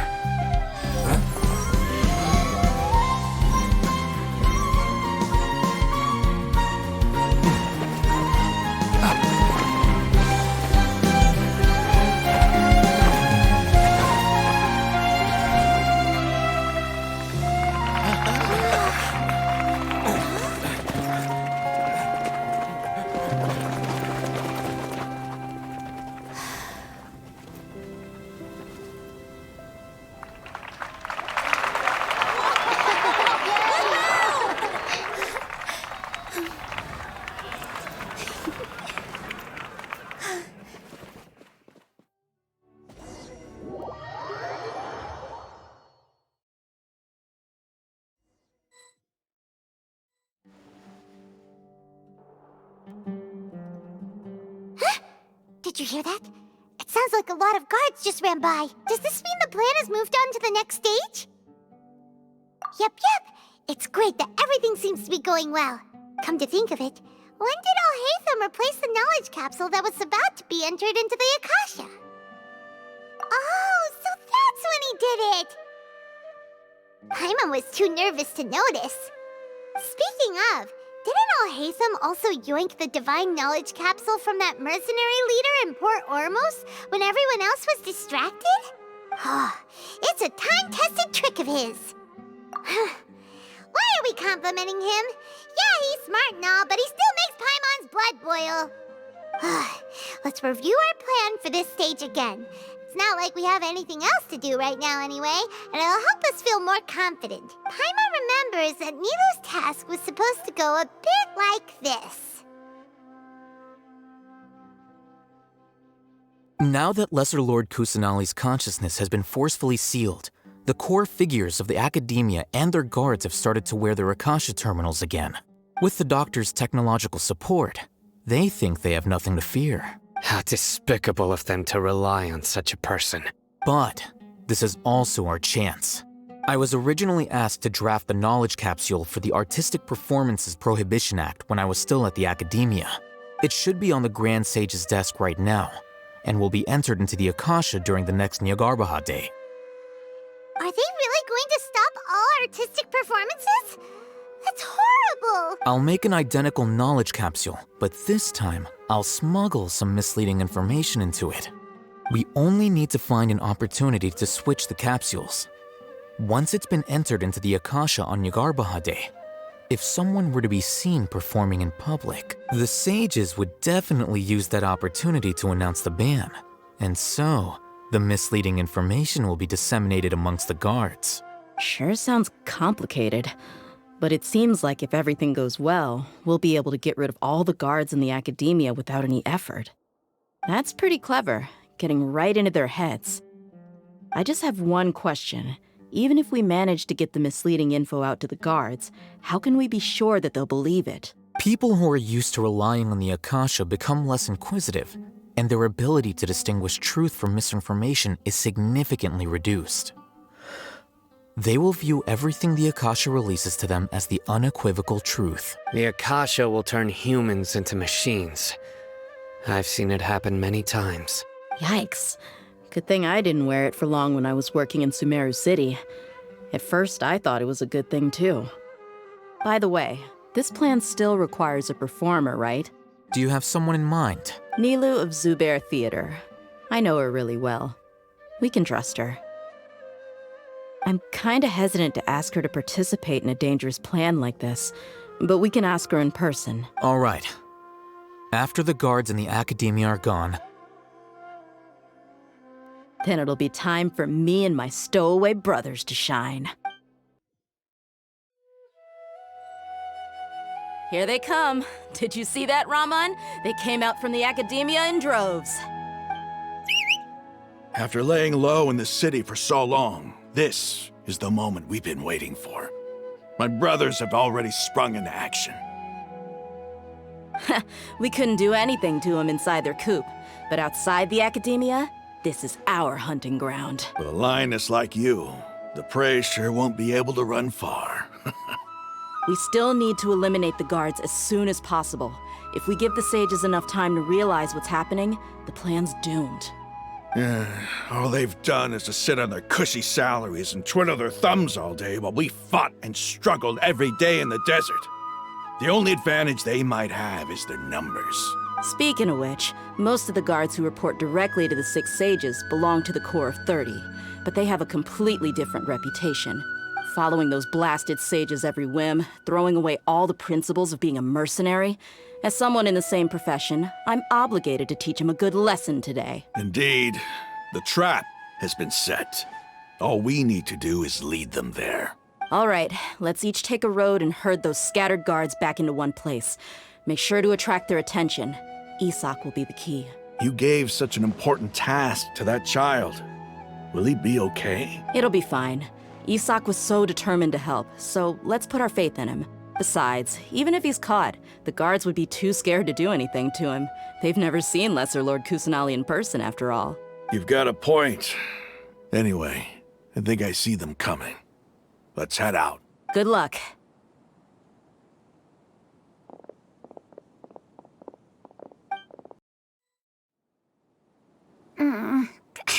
This outfit. Hey, do you remember what you need to do, Isak? When the guards get here, you'll pretend to be Lesser Lord Kusanali and run away from them. Oh, yeah, I remember. Of course I do. I'm just a little nervous. Relax. Don't think about getting caught. Even if that happens, we won't leave you behind. You only need to think about getting the guards' attention and leading them to the Grand Bazaar. Leave the rest to us. Okay, got it. I'm here to pay back Lesser Lord Kusanali for helping Grandpa. I won't get cold feet. Hey, they're here. I can see the Academia guards. All right, it's time, Isak. Take a deep breath and go. You can do this.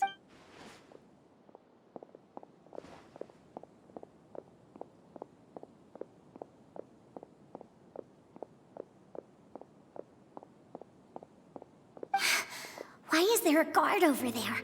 Did he already run ahead of me? This is different from our plan. But there's no time. I need to make a choice.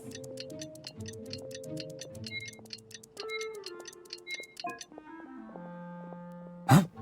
Did I just see something dart by? I'd better go have a look. Were my eyes playing tricks on me? I should go check to see if someone's hiding over there.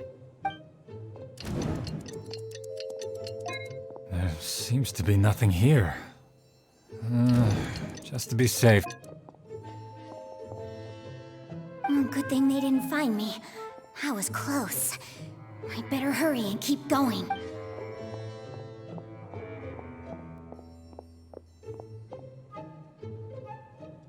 Hey! Lesser Lord Kusanali's over there! Stop! What? Lesser Lord Kusanali? How did I not see anything just now? Oh no, they found me. Where should I go? Where should I go? The target suspected to be Lesser Lord Kusanali has escaped into the Grand Bazaar. Assemble and arrest her!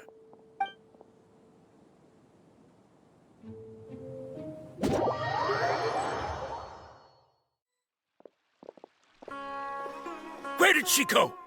How did she disappear? Did we lose her? Hurry up and find her! Hey, why is your team here? Didn't we say to split up our search? Hurry! Hurry! This place is... Why are you all here? Yeah, isn't it one heck of a coincidence? Everybody's here. What on earth is going on? I suppose that's all of you? Who are you? Did you set us up? What are you planning? Phew, that was rough. I almost got caught. Little brat! So you're not actually Lesser Lord Kusanali. Who exactly are you all? Eremites from the desert? Just some colleagues. Think of this as a business competition, or a personal grudge. After stepping into our traps, stop thinking of yourselves as hunters. Behave like the prey you are.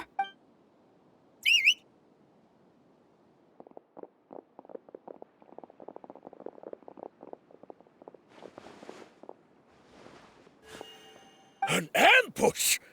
How's that possible? This is Sumeru City, but mercenaries from the desert somehow ambushed us! You've spent all your time hiding away in the Academia. This place has long since become our hunting ground. Brace yourselves!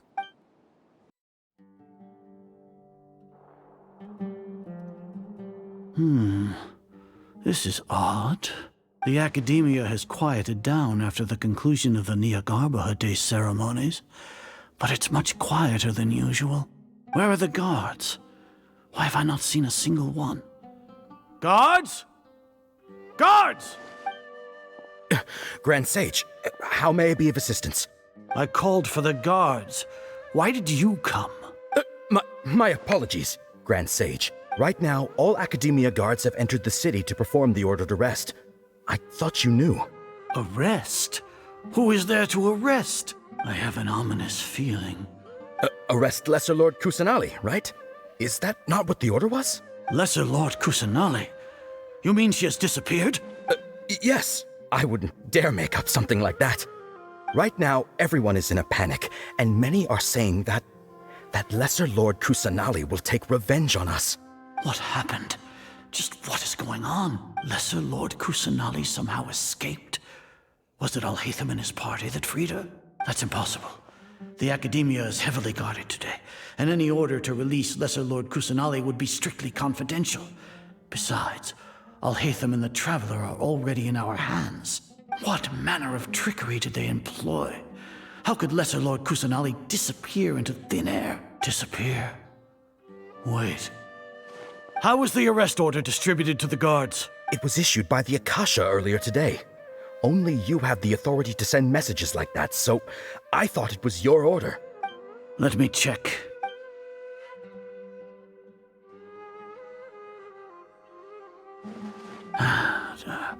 Here. Lesser Lord Kusanali has escaped from the sanctuary of Suristhana. Go to the city and arrest the escapee immediately. The Akasha indeed contains this information, and it clearly appeared in my mind. How did they bypass my permissions to issue this kind of message? Was it the report about the traveler that Alhaitham submitted? No. I specifically checked that knowledge capsule before entering it into the Akasha. Could that have been a red herring? Well, even if I figure it out now, it won't make any difference. The important thing now is to confirm Lesser Lord Kusanali's status. Have you been to the sanctuary of Suristhana to confirm that Lesser Lord Kusanali has indeed escaped? Confirm? No, I haven't. It may be a bit offensive to say this, but Grand Sage, what you're saying doesn't make any sense. How can the information in the Akasha be inaccurate? What the Akasha decrees is fact. That is common knowledge to all of us. If we have to confirm the information and knowledge from the Akasha ourselves, then how is that any different from us learning that information ourselves? Wouldn't Greater Lord Rukkhadevata's legacy lose its meaning that way? In the beginning, it was I who asked you to believe in the Akasha, to believe in the legacy left by Greater Lord Rukkhadevata. Are you trying to use my words against me? No, Grand Sage. I'm merely confused because I believe in you. I never meant to refute you. Stay here and see if there are any suspicious people around. I'll go to the sanctuary of Suristhana on my own. Yes, Grand Sage.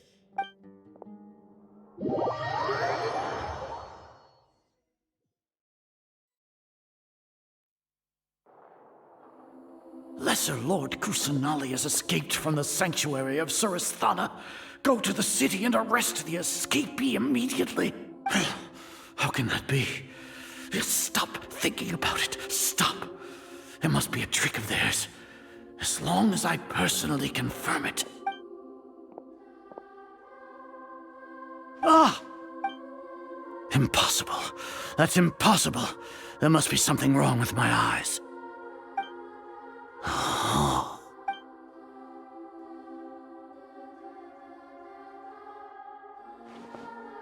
What a comical sight, Azar. Once the Akasha has put certain thoughts into your head, even the Grand Sage can no longer see what's right in front of him. You all can only see the world in your mind, the one you think you know.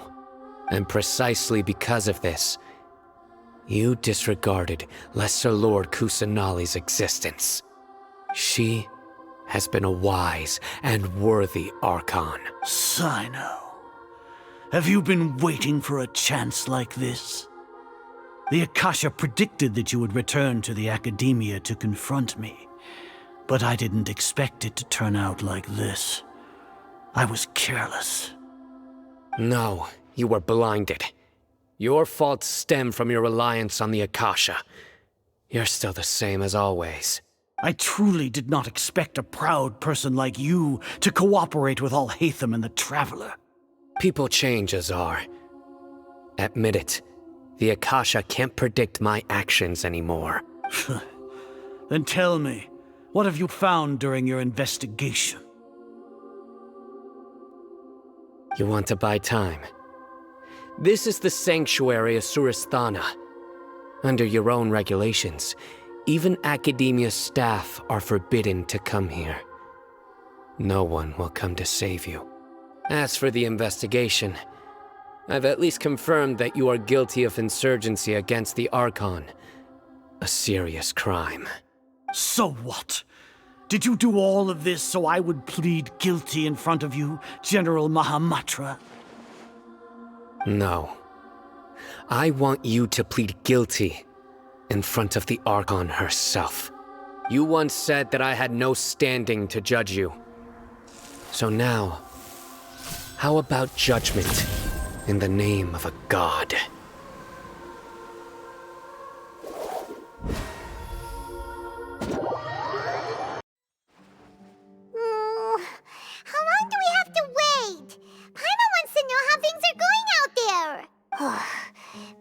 hasn't heard any sounds outside for a while. Hopefully something bad didn't happen. Yeah, but aren't you scared that we might be locked up in here for the rest of our lives? Thinking about it, at least Paimon has you. We could still chat like this. When Paimon thinks of Nahida being imprisoned alone in the sanctuary of Surasthana, Paimon can't help but feel sorry for her.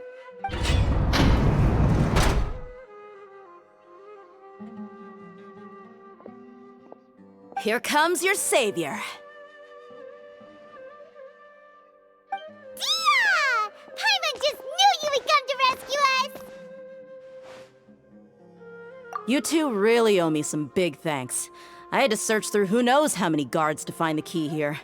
It felt even more tiring than whacking them. I'm exhausted. Thanks a lot. Need Paimon to rub your shoulders? No, that's, I'll pass. What are you afraid of? Oh, are you ticklish? Now isn't the time to talk about being ticklish. Things in the city and on Cyno's side are both going well. The guards that stormed out of the academia are all taken care of. The Corps of 30 is in charge of the city's defenses, but we already talked to Asfand. They've been fed up with the sages bossing them around. As long as it doesn't break their employment contracts, they'll turn a blind eye. That's probably because you've been super great friends with them for a long time. So, how's Cyno doing? The Grand Sage is in his custody. Even I know how terrible it is to fall into Cyno's hands, so he probably does too. Cyno forced him to release Lesser Lord Kusanali. He has no choice but to obey. So, hurry to the sanctuary of Surasthana. Assuming nothing weird happened, we should have already rescued our Archon. Honestly, I didn't expect our ragtag bunch to do this well. We just came together last minute to save the Archon, you know? Alright, you two better go. I still have to clean up some messes in the city. See you around.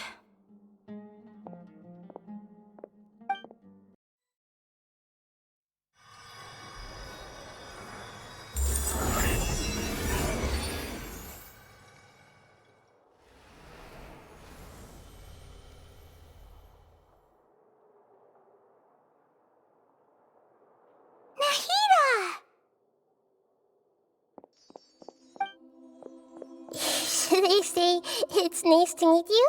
This is the first time we've met in real life.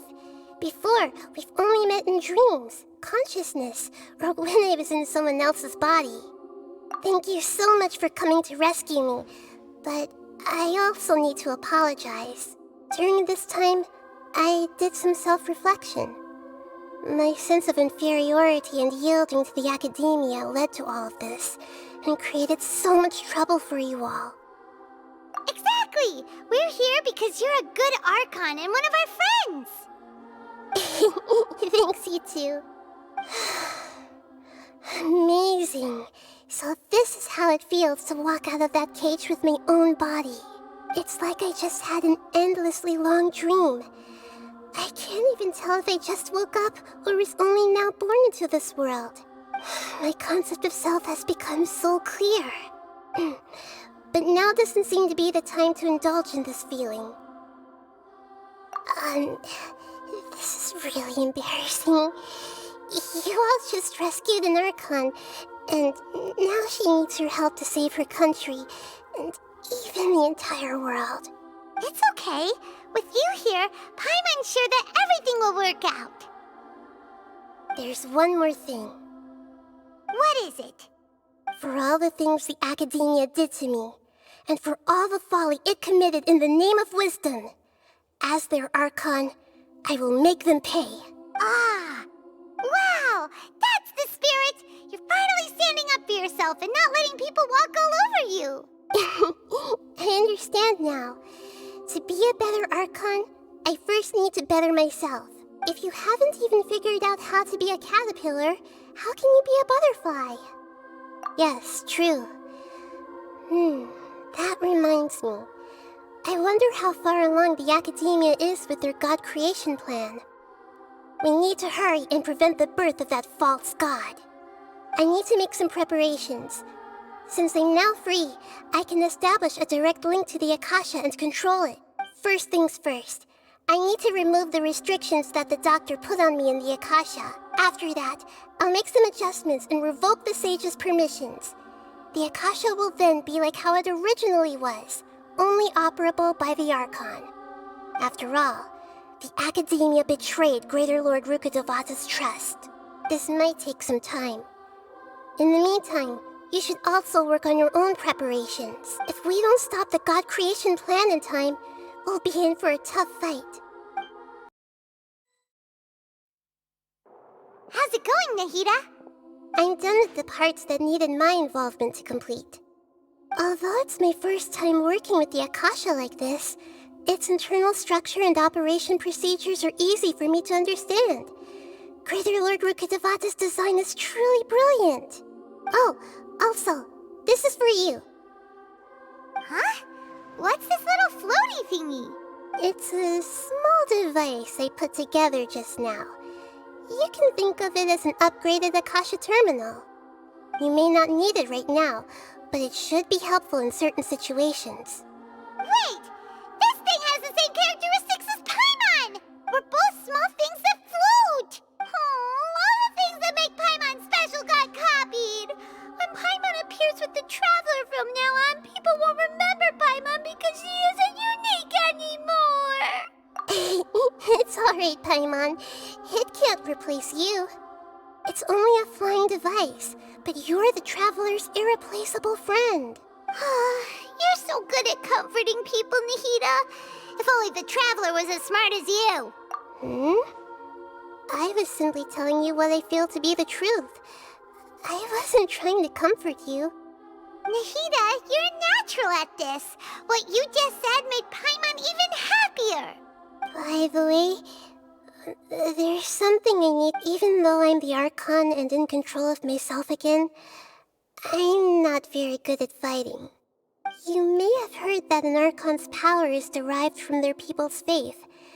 However, I'm not as well loved as Greater Lord Rukud. If we get into a situation where combat is our only option, I'll have to count on you, and I'll do my best to provide support. I'm glad I can rely on you. So the God of Wisdom isn't good at fighting? That actually sounds about right. I've located where the false god is. Time is of the essence, so let's skip to it. What is this place? Is this really the way we need to go? Wow. Who would have thought there'd be a place like this hidden right slap bang in the middle of the city? The sages wanted to realize their god creation plan without being discovered. The safest and most convenient way would be to build within the Academia itself. That's true. They were already hiding one god, so why not two? Judging from the structure here, the project is a huge undertaking. The sages really saw the god creation plan as their ultimate goal. But this place doesn't look like it could have been constructed by the Academia alone. The Fatui under the Doctor sure didn't hold back. They provided a lot of technological support. Yeah, or else they wouldn't have been that generous. Is that it, though? I've always felt that this Doctor is different from the Academia sages. He doesn't seem to share their sense of urgency. Instead of being interested in the end product, it's like he's enjoying the experimental process. The Fatui Harbingers are all such weirdos. So, the Doctor being weird is actually normal. So, this Fatui that they're trying to turn into a god is called the Balladeer? We had previously come into contact with his consciousness. He harbors particularly strong obsessions. One is the desire for a gnosis, since he was created to be the vessel for one. The other obsession is probably related to his past. I can't quite explain it. Paimon knows that he was a prototype puppet for the Raiden Shogun before he became a Fatui Harbinger. That's why he wants a gnosis so badly. There's no way he'd willingly be a test subject. Now with that temper and ego of his. It sounds like you know the Balladeer quite well. I see. Tell me more about him and what he's like. The more we know now, the better we can plan for and react to any future situation.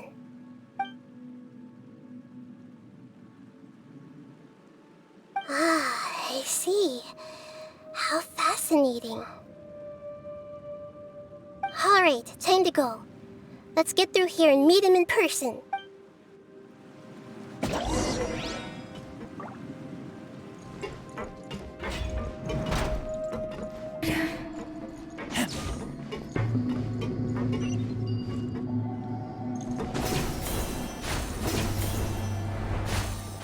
It looks like we can climb up these pipes.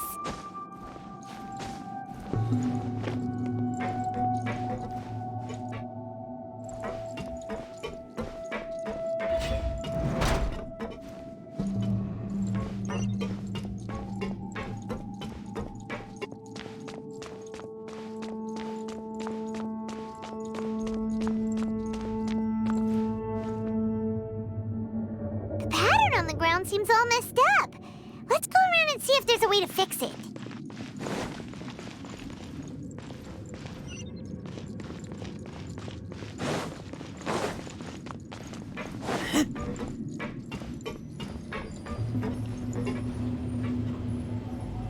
It seems to have stopped. Let's continue.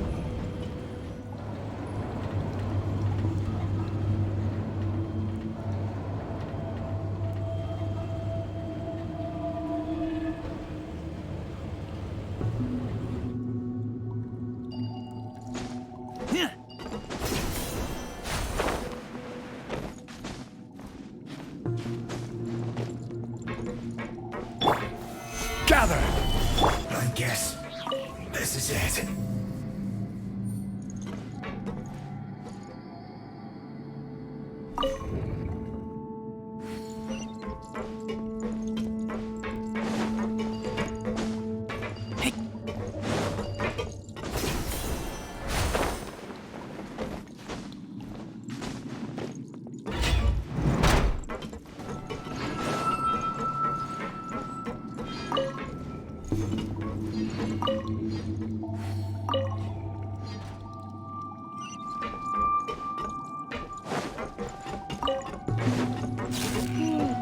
The cart is stuck. Maybe there's something wrong with the tracks. Let's try adjusting the direction of the device to clear the tracks.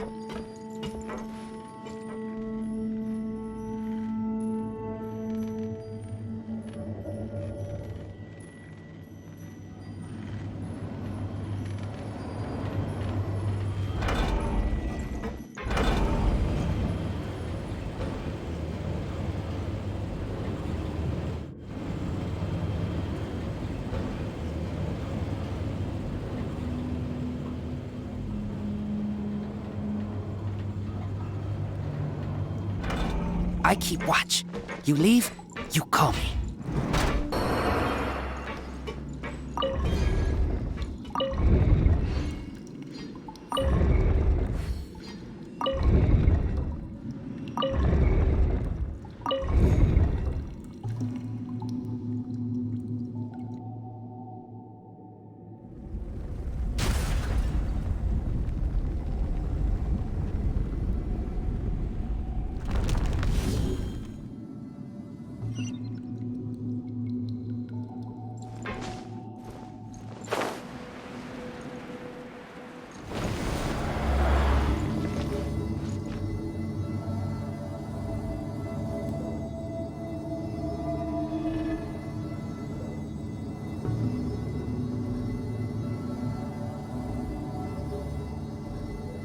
I'm hungry.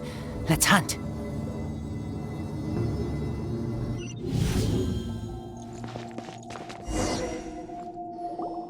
Looking at its operational status, we must prepare for the worst. The god they wanted to create is likely close to completion or already completed. Oh no, what should we do? Paimon can't imagine how hard it would be to fight against a Fatui Harbinger with a Gnosis. Are you nervous, Paimon? If you really want to know, of course Paimon's nervous. Aren't you too, Nahida? Yes, I am. This is probably the first time I faced with a calamity of this degree since my birth. I feel not just nervous, but curious as well. Curious? Curious about what? Curious about our fate. To me, everything we perceive in this world, everything we learn, and everything that happens to us is considered knowledge. And if it's a form of knowledge, then it can be understood. However, only fate is about that which has yet to occur, so it has always drawn my curiosity. So to me, fate is the ultimate knowledge. That's also why I love observing humans and all the things that happen to them. It all brings me great satisfaction. And now, at long last, I'm not just an observer anymore. I will personally experience my own fate with you by my side. Isn't this such a wonderfully exciting thing? Ah, so that's what you mean. Paimon thinks she understands what you're feeling. Agreed. Okay, let's continue on. I can sense his aura from here.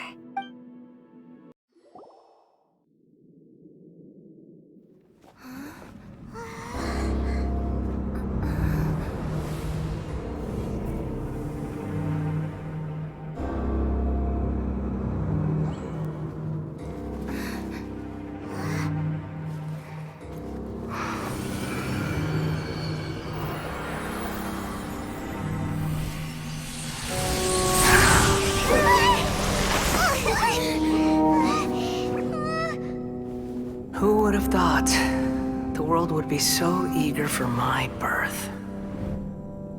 I remember you, Booer, the god of wisdom, and standing beside you, the traveler. Is he all-knowing and powerful now like Greater Lord Rukkhadevata? No, I can't feel the same kind of divinity I felt from the Greater Lord. It seems that the sages didn't get the chance to infuse the divine knowledge capsules into him. But even still, he has undoubtedly become a true god now.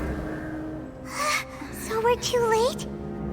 The Balladeer has already become a god? The Balladeer. A long bygone title. When my spirit ascended to divinity, I felt as if I had existed for the same number of epochs as heaven and earth. Looking back, the existence of what once called itself Kunikazushi appears infinitely small and ugly.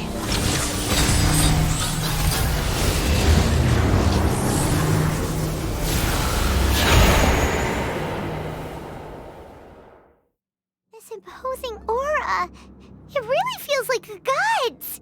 A body that capitalizes on the Balladeer's original construction as a mechanical puppet, with the Gnosis serving as a constant power supply. How much effort and resources did the sages put into this?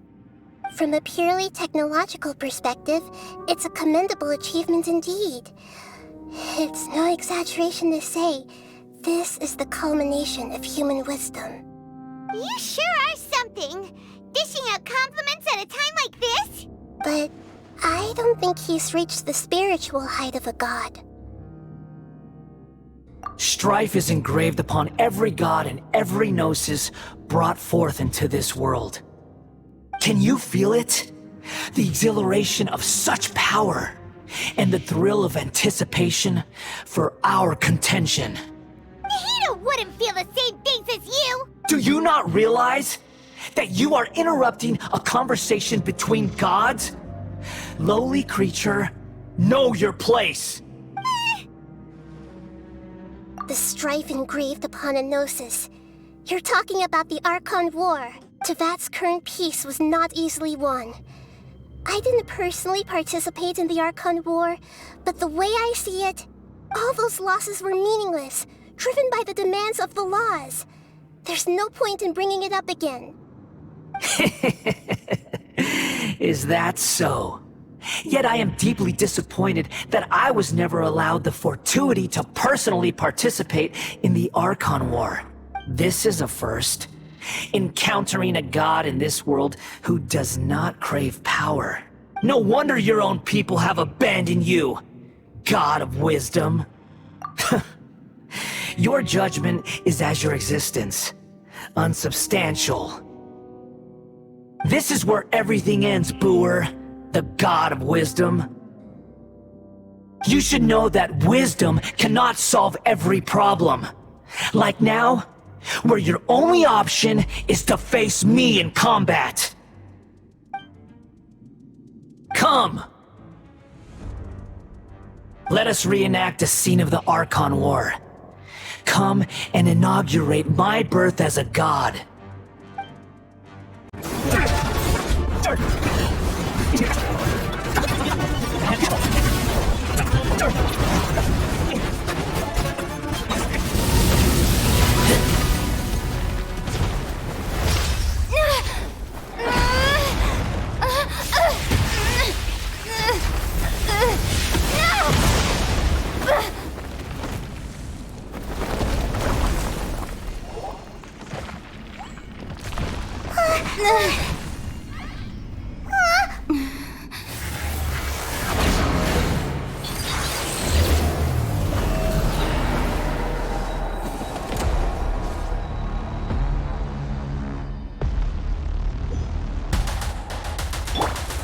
Gather!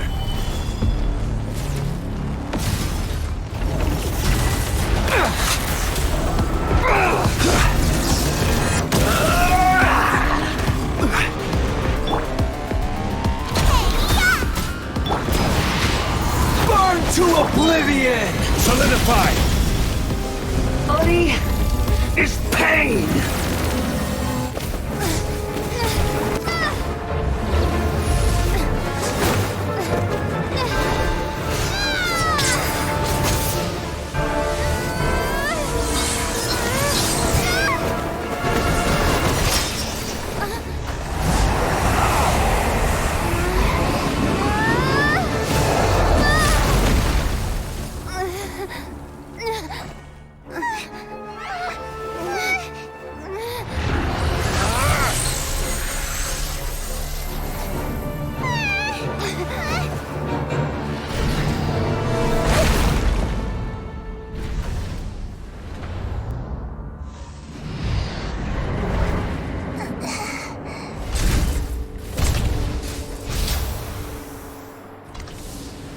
This is supposed to be a battle between gods, yet you choose to hide behind a mortal. And now, you're acting like you'd sacrifice yourself for a human. Are you having fun proving a false sense of heroism to yourself, Booer?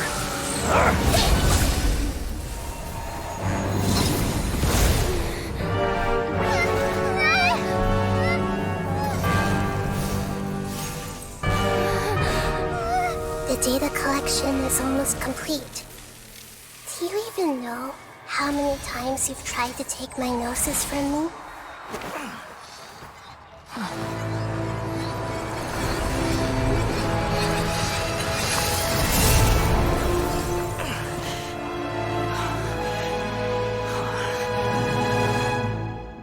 We just concluded the 168th loop. Did you know that in the effort to create you, the people of Sumeru were forced to live through the exact same number of Sub-Zerus festivals and Samsara cycles? The power of dreams. When did you use it on me?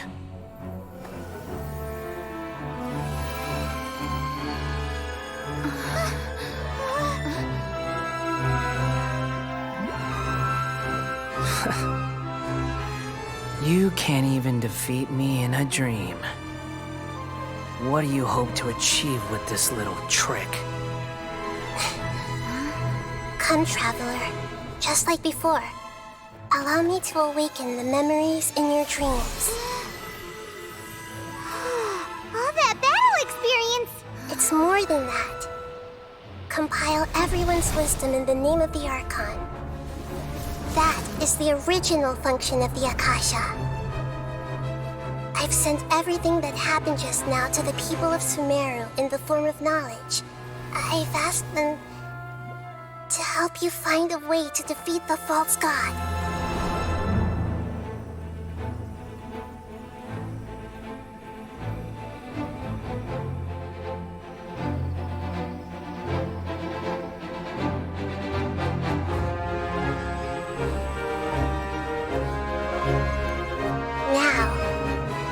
Sumeru's wisdom is at your disposal. Meaningless tricks won't save you.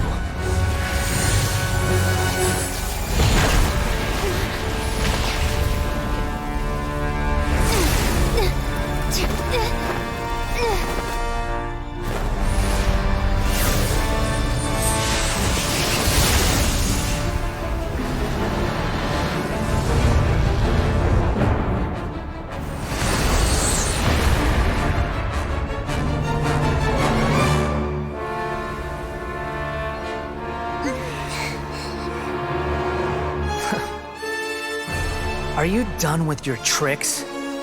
Can I finally take this as a real battle between gods? I'll leave this to you, the first sage of Booer.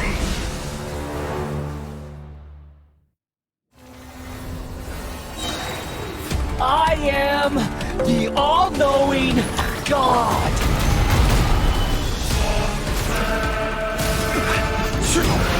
This is... Gather! Everyone hold hands! Good riddance, cruel world.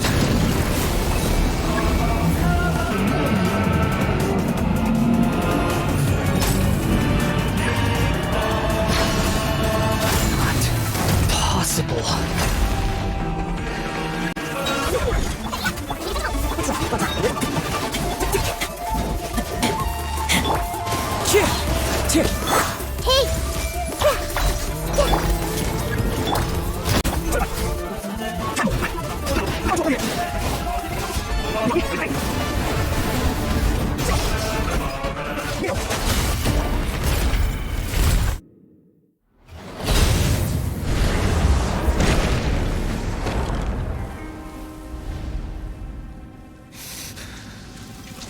Humans.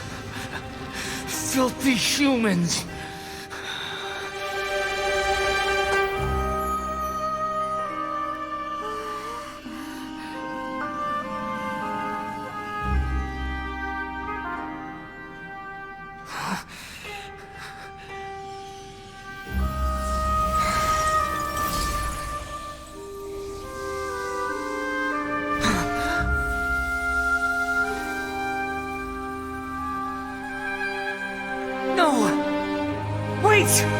Please! Anything but the Gnosis!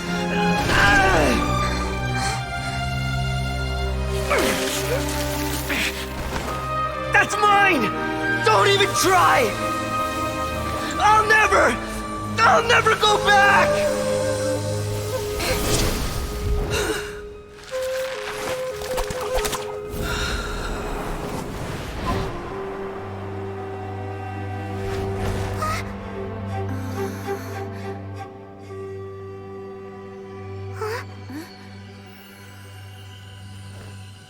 We haven't yet found the answer to the most important mystery. IRMINSUL is still waiting to be saved. With the power of another Gnosis, we may now finally understand the last memory of Greater Lord Rukkhadevata.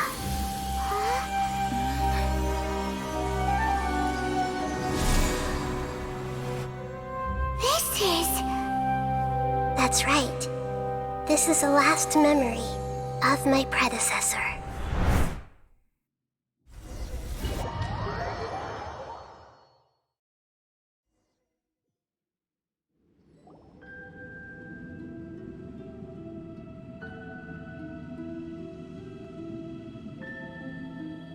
Huh. This sure seems very different from what Paimon imagined. shouldn't Irminsul be in this realm of consciousness? Yes, that is our destination. But I didn't expect the remaining consciousness of Greater Lord Rukkhadevata to be as polluted as this. Forbidden knowledge?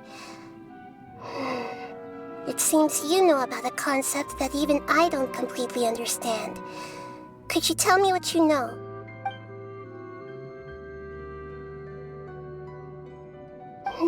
Your inference seems logical enough. Forbidden knowledge once polluted the desert thousands of years ago, but was successfully repelled thanks to King Deshret's self-sacrifice, and Greater Lord Rukkhadevata nearly exhausting her power. Then, a second instance of forbidden knowledge pollution occurred during the Conria Cataclysm 500 years ago. But I'm afraid it is much more serious this time, with Irminsul itself already in danger. So, if we're in the remaining consciousness of Greater Lord Rukkhadevata, and it's also been affected by forbidden knowledge pollution, then does that mean, in order to save us, Greater Lord Rukkhadevata? Yes. It's very possible that she sacrificed her life in the fight against forbidden knowledge. She didn't completely eradicate forbidden knowledge, but if it weren't for her actions, the pollution would have been far more rampant over these past 500 years. The way that everyone, including me, has forgotten everything about forbidden knowledge may very well be due to her restoration of Irminsul. Aww. Do you feel sad, Nahida? I'm just sharing her pain. The pollution of her consciousness here is severe. There is madness, chaos, and pain all around us. Did she fight to resist the forbidden knowledge pollution in such terrible conditions, all the way up to her last breath? She even used her last remnant of lucid consciousness to leave a clue for us to follow. Yes, her words were distorted by forbidden knowledge, so that's all we could hear. But now, we have a chance to find the answer to this mystery. We can cross the polluted consciousness until we found the right path to meet with our lucid consciousness. And then, we'll let Greater Lord Rukkhadevata tell us the truth in person. Each of us need to be mindful of the state of our own consciousness while we are here. Even with the Gnosis' protection, we must always keep a clear mind. Otherwise, we could go mad at any moment. That's so scary. Don't worry, it should be easy enough for you to keep that mind of yours clear, Paimon. Let's go.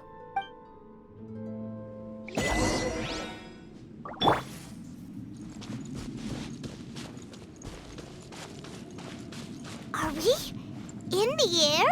And why is there a huge boat? That's the boat of consciousness, which symbolizes reason here. Wow. What are these? The monsters seem to have been affected by them.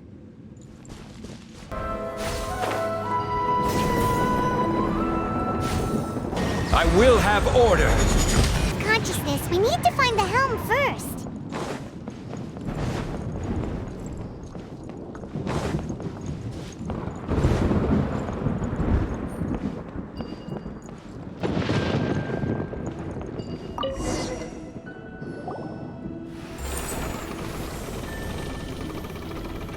We changed direction.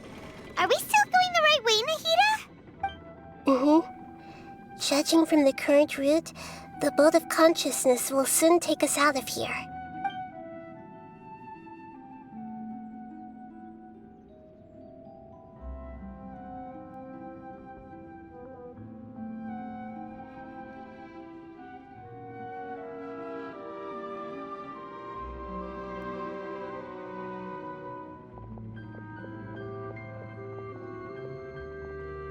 We'll be arriving at our destination soon. How are you feeling? Are your minds still intact? Huh? But everything's been completely normal for Paimon. Hopefully there won't be any more interruptions. This time, we should be able to meet Greater Lord Rukkhadevata. Are you saying you've never met Greater Lord Rukkhadevata before? No. It seems that my birth and her death took place at the same time. Otherwise, I think she would have given me a little more guidance, and I could have done a better job. Hey, you've done a great job, Nahida. Let's get out of this creepy place and go meet her.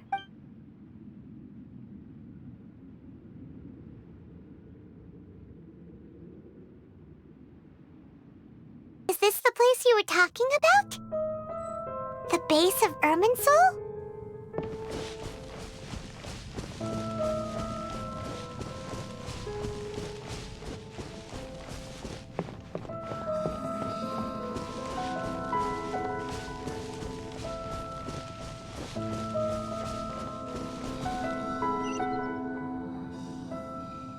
Well, this is the place. We're here to find Greater Lord Rukkhadevata, right? But the one standing over there is... Is that... me? She looks exactly like me. Are you Greater Lord Rukkhadevata? Yes, that's me. Are you surprised by my appearance? IRMINSUL and the surrounding lands have been reproduced here as they were years ago. But this is just a realm of consciousness. We are manifestations of the same nature. Hence why we would appear exactly the same. We're of the same nature? Why? Because you are me, and I am you. You are me in the new samsara. The new samsara? As Greater Lord Rukkhadevata, I'm the avatar of IRMINSUL. And you are the purest branch snapped from IRMINSUL. Imagine it this way. Even if a tree dies, its branches will eventually take root and grow, continuing the tree's life in another form. I'm merely the remaining consciousness of Greater Lord Rukkhadevata. The real me has presumably died a long time ago.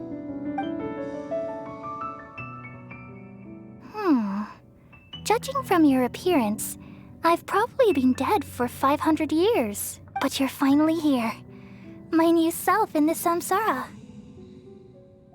If this is true, then am I going to be a great archon like you someday? Though we share the same nature, our fates are bound to be different. All things have their own fate. When a branch grows into a mature tree, it won't be the same as the original tree. That's why fate is the ultimate knowledge, isn't it? That's a great insight. Yes, very good. It's also precisely why you won't become like me. Really? But perhaps you may become an even greater archon than I. I already see a determination in you that I didn't possess in my time. And the future that it leads you to will be yours alone, along with the blessings from your past experiences. Don't worry. The growth of wisdom is like that of a plant. You only need to wait quietly for the flower to bloom.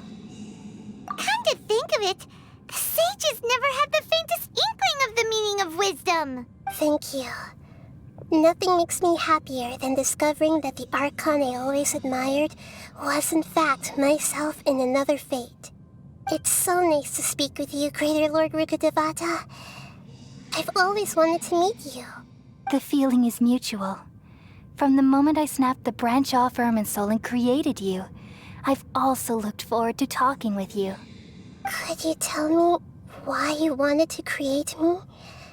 And what exactly happened when you died? Ah, I see. You're here seeking answers, right?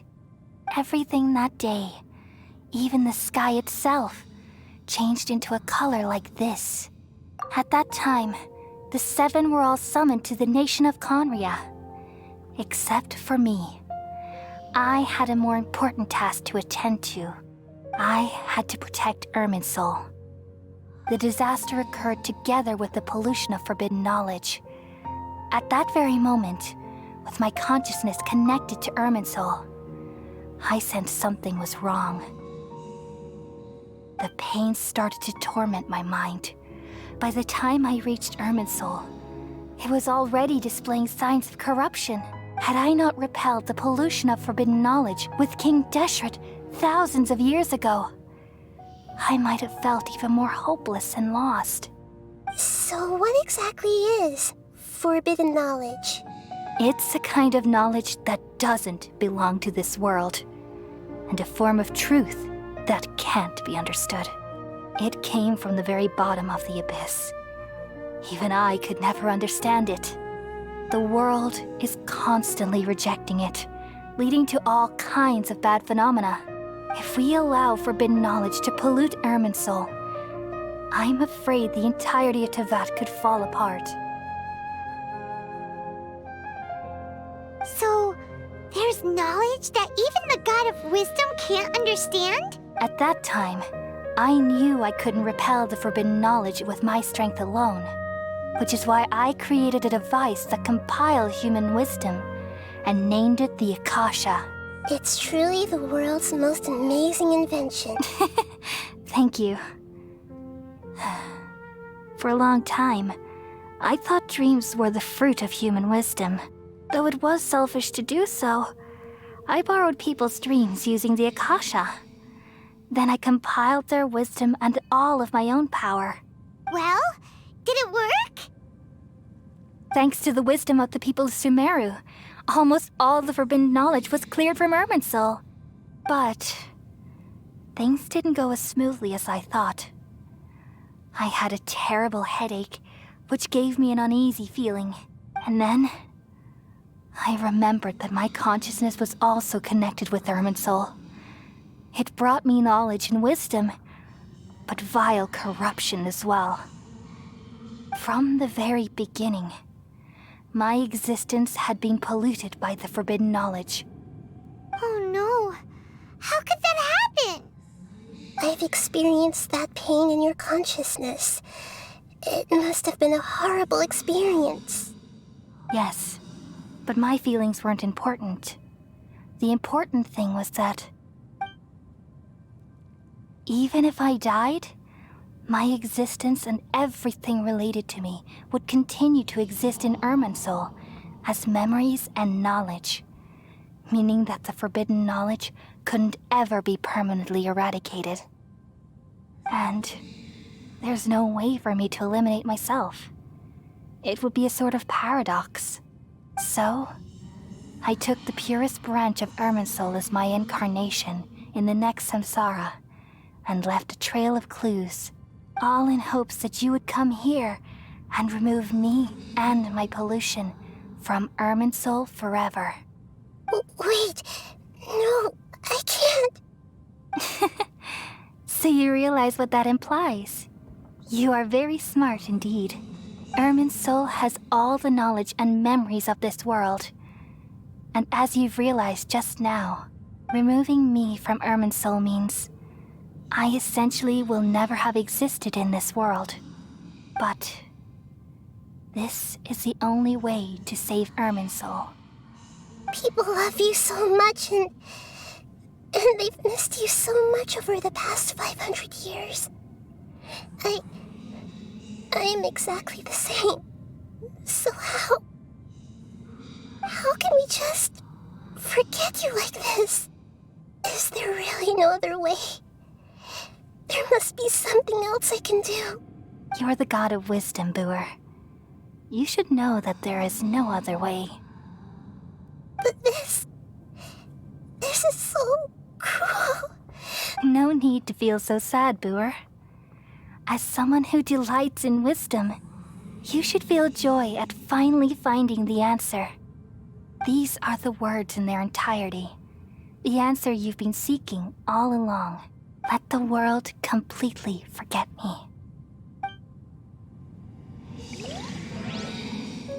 We all nestle under the great tree of wisdom, peering out to perceive the world.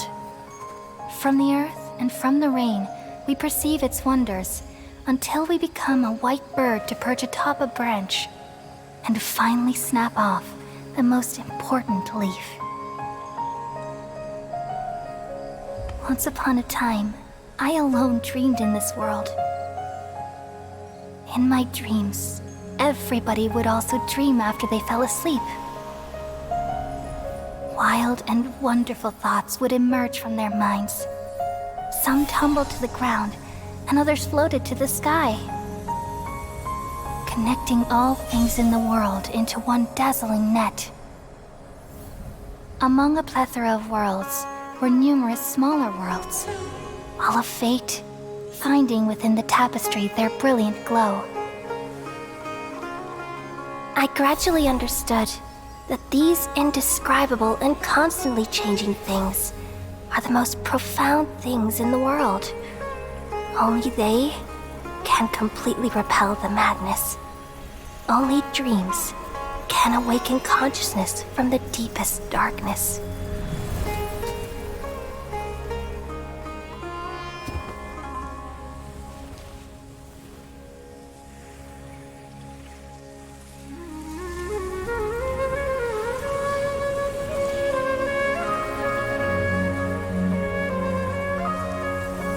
I'm the one who posed this question, yet also the one who sought a solution. Saving the world with the dreams of the people used to be my answer. And now, you've also found your own answer, and I shall return all the dreams to the people.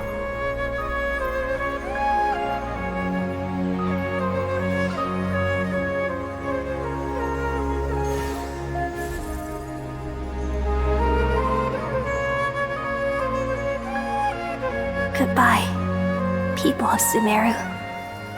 May you be blessed tonight with the sweetest of dreams.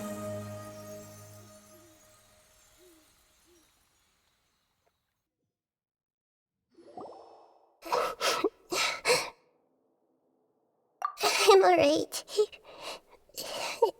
I'm just a little confused. We've just saved the world, right? So why am I crying? I don't know where this feeling inside of me is coming from, but I feel very sad. Just now, we used the power of two gnosis to successfully connect with the IRMINSUL consciousness from 500 years ago. Then, we removed the remaining pollution from IRMINSUL. Yeah, what's wrong? Weren't you there just now?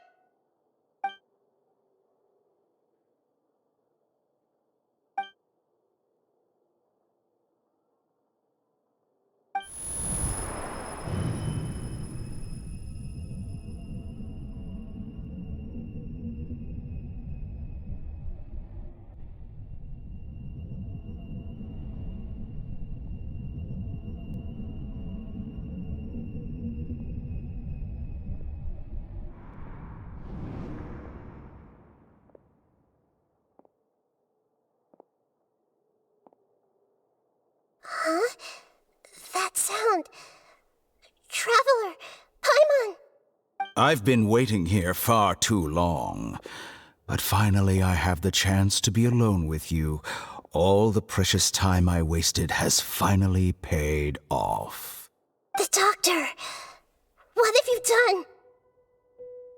Just a type of sound wave that can quickly put defenseless people into a dream. As I expected, it doesn't have any effect on gods. This is the only thing of interest I found among the sage's research. I thought I'd take it for a little spin. Don't worry. I know you would never forgive me if I actually killed them. I'm here to negotiate with you. Naturally, I won't do anything dangerous that could potentially damage our relationship. Negotiate with me? I heard you had already left Sumeru. Why are you here again now? I left Sumeru, but I also stayed in Sumeru. Even the God of Wisdom is restricted by the habits of cognition. How disappointing.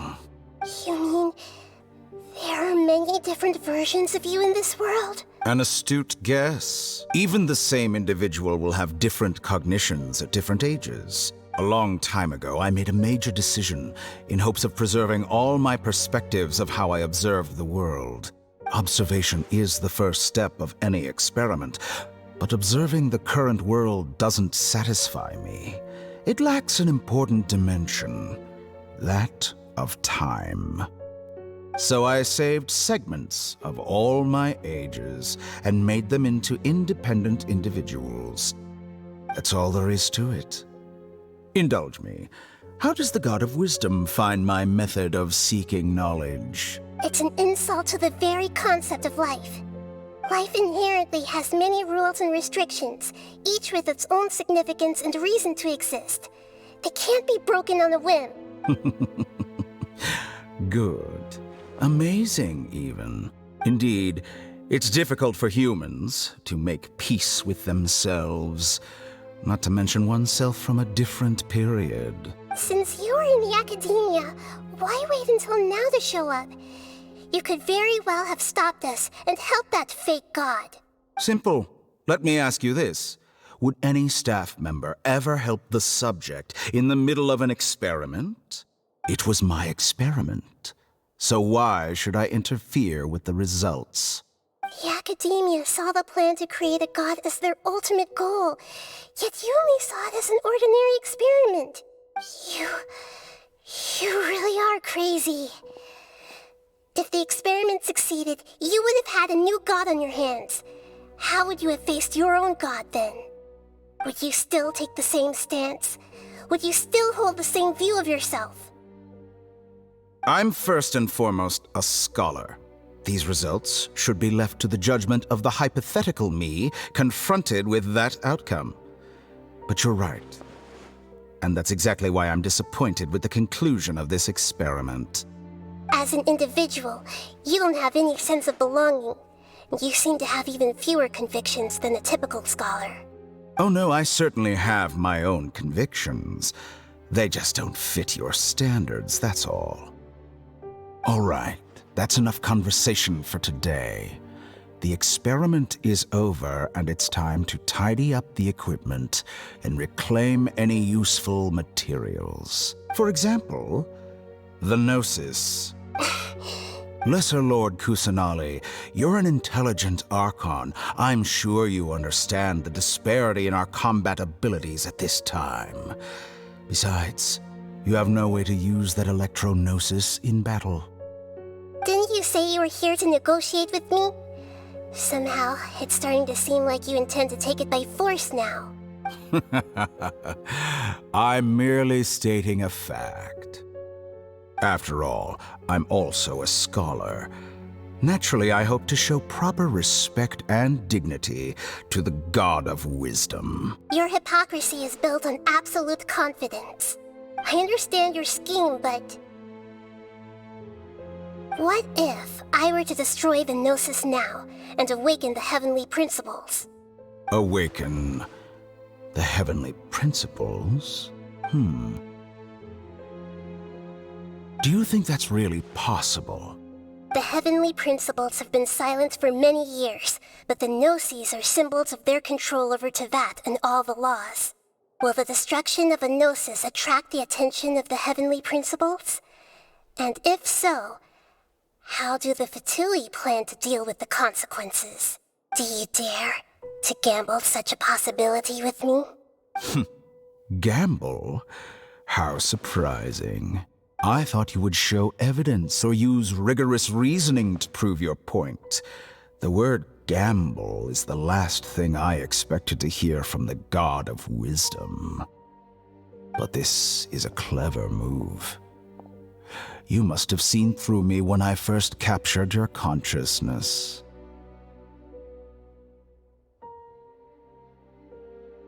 As a scholar, I respect all possibilities.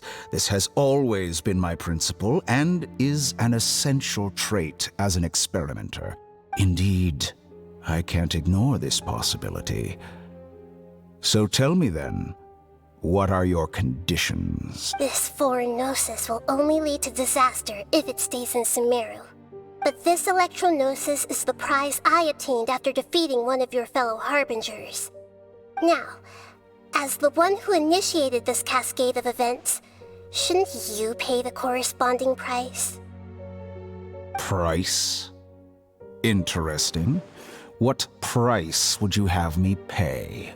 How about erasing all your other segments? So this is how you wish to restrict me, the most threatening opponent of the Nation of Wisdom. What you request of me is like plucking out the eyes I have placed in the dimension of time. Segments are extraordinarily difficult to make. They require extremely rare resources and enormous amounts of time and effort, requiring me to destroy them all here and now. Bravo. A suitably wise decision on your part. Yes, how very interesting. Can I assume that you have long been wary of me? Among all the versions of me, this segment you see now is the most selfish. If it weren't me, your idea wouldn't have worked. What did you see when you were imprisoned? You were observing me, and that's how you know I've long grown tired of their doubts and endless arguments. Like you said, it's difficult to make peace with yourself.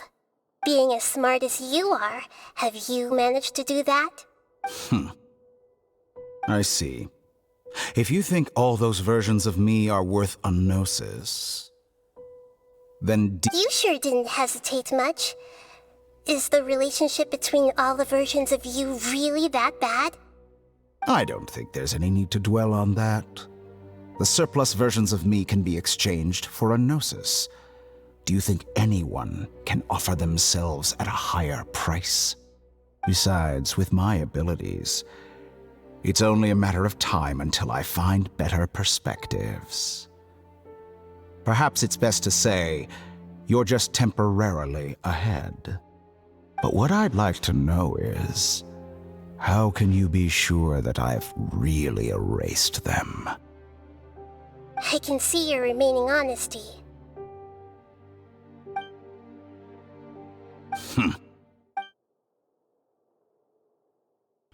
What a ridiculous decision!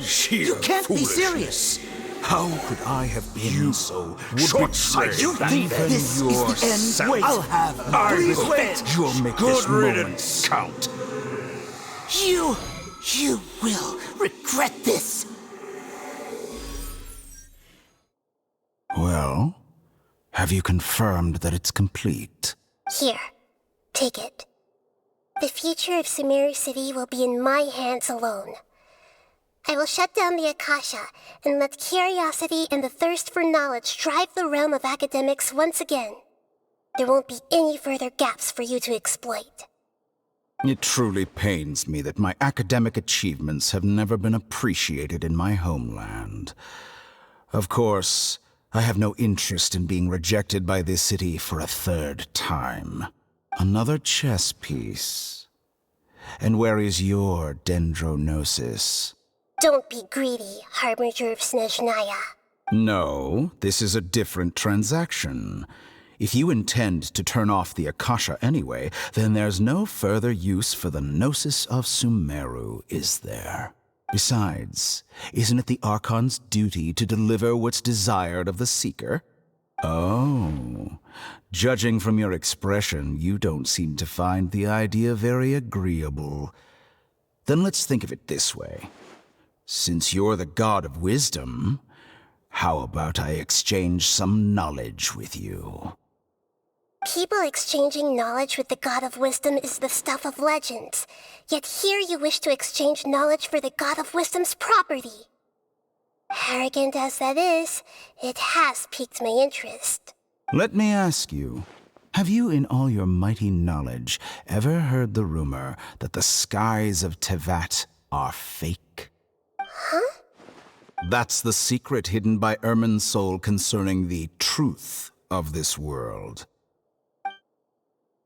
Once I finish telling you about this, it will be time for me to say goodbye. With negotiations, we've all gotten what we wanted.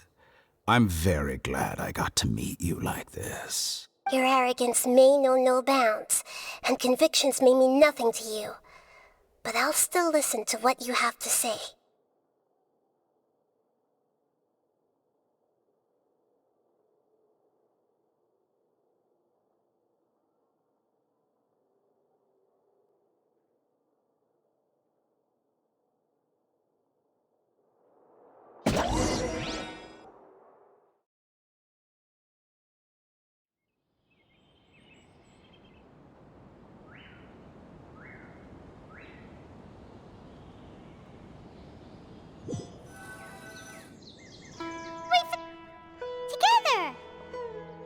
Okay. Wake her up.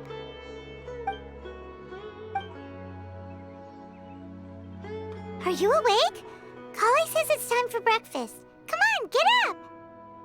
Good morning! How are you feeling today? Good to hear. It looks like we've recovered pretty well. Not even Tainari could stop us from going out now, right?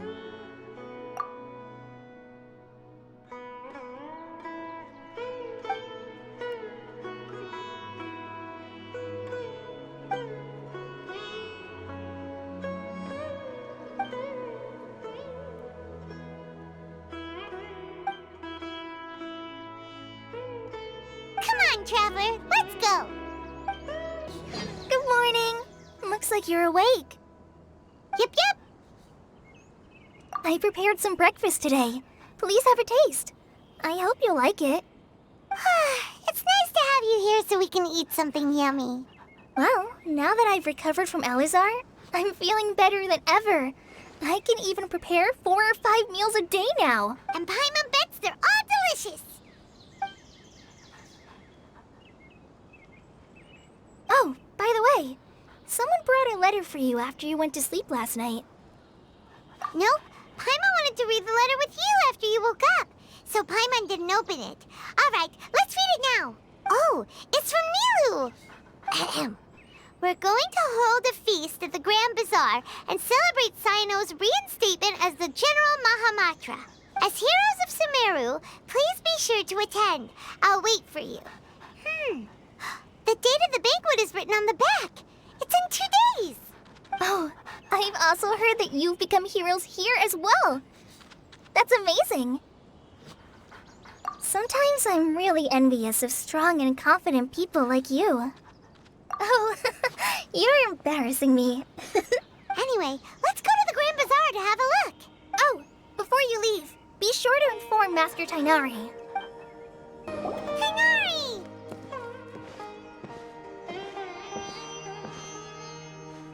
Good morning. How do you feel today?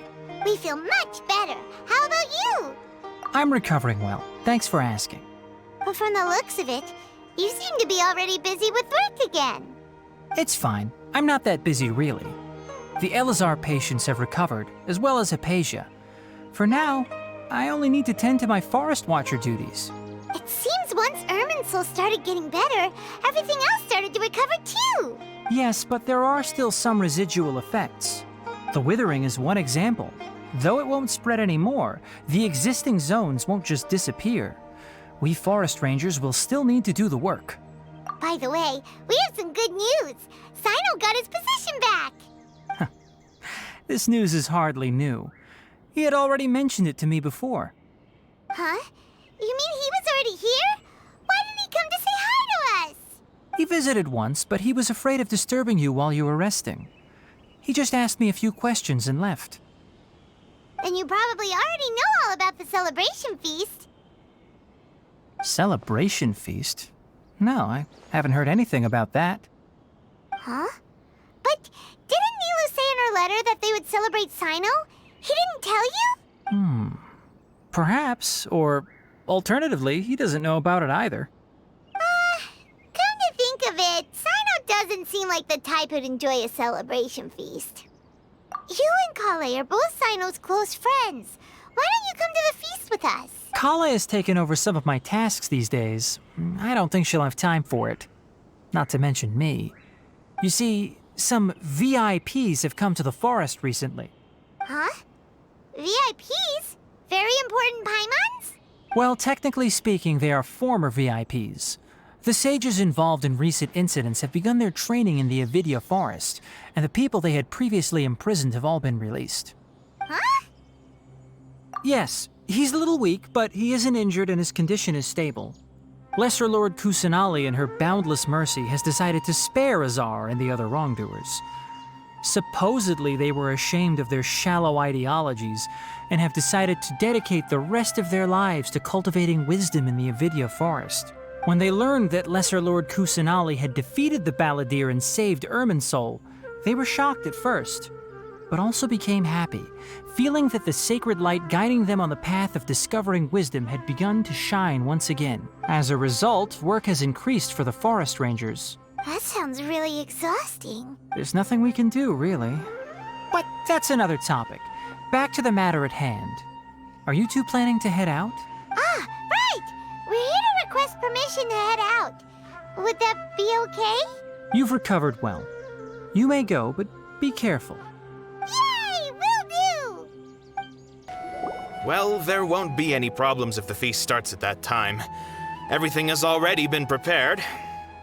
Mr. Zubair, I finished tallying things up here. Well, except for the guests. Is a simple reply really that much to ask of our guests? It's affecting our arrangements. Oh, it'll be fine. Besides, it never hurts to get things ready in advance. I was thinking the same thing. The feast will be held sooner or later, right? Hey, Nilu! Traveler, Paimon! We got your letters, so here we are! You're the best! The other guests haven't even replied yet. Huh? Are we the only ones that have arrived? Yeah. I had someone deliver letters to all of our guests. But maybe everyone is still busy with other things. Look, I get it. Sumeru is in an extremely important period of transition right now, but even if your friends are important figures, they shouldn't just ignore your request like this. Nilu is Sumeru's #1 celebrity after all. You have no idea how happy I am to talk to people with good taste. If you consider enjoying Nilu's dances having good taste, then almost everybody has good taste. Because Paimon thinks everybody will love her performance. That's right. We all think she's amazing too. Nilu is an absolute favorite among those of us who frequent the Grand Bazaar. For Outlanders, you have a great eye. Master Zubair, let's have a vote for the most outstanding audience members next time. I think these two may win. Nonsense. It is not for us to determine the value of an audience.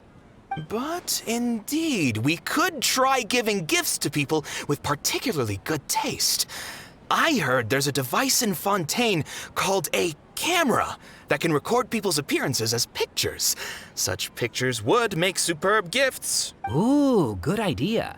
I wonder where we can find one. I don't want you giving pictures of me to everyone. I'm satisfied just being able to perform here. There's always a lot going on at the Grand Bazaar. Yeah, and that's why I love it here. Traveler and Paimon, could you help confirm if the letters were actually delivered? If for some reason they didn't receive the letters, then please tell everyone that there will be a feast here. Yeah, we can also check out how everything in Sumeru is going now. When I wrote the letters, I heard that Dia was in Port Ormos, and Alhaitham was at the Academia. As for Sino, we've only heard that he appears at the Academia from time to time. I'm not too sure about Rahman's whereabouts. My guess is that he's with Dia. As for Dunyarzad, I just hope she's feeling better. I sent her a letter, but I was afraid of disturbing her. If you have time, please ask about her for me. Okay, got it. Let's go, Traveler.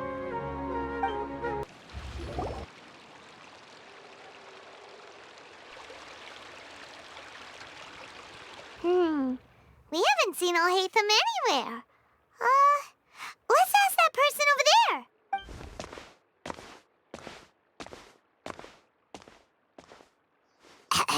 Hey there, have you seen Alhaitham around? Yes, it seems Scribe Alhaitham has gone to the House of Dana. You should be able to find him there. But you're already the second group of people I've seen looking for him today. He must be quite the busy man. Oh? Who else was looking for him? Mr. Cavey was just here asking about him. You wouldn't believe how terrible their relationship is. And now you two are here. Don't tell me everyone's here looking for gossip about the sages. No way. We're strictly here on business. Ah, I see. Sorry, I thought maybe everyone's as interested in rumors about the sages as I am.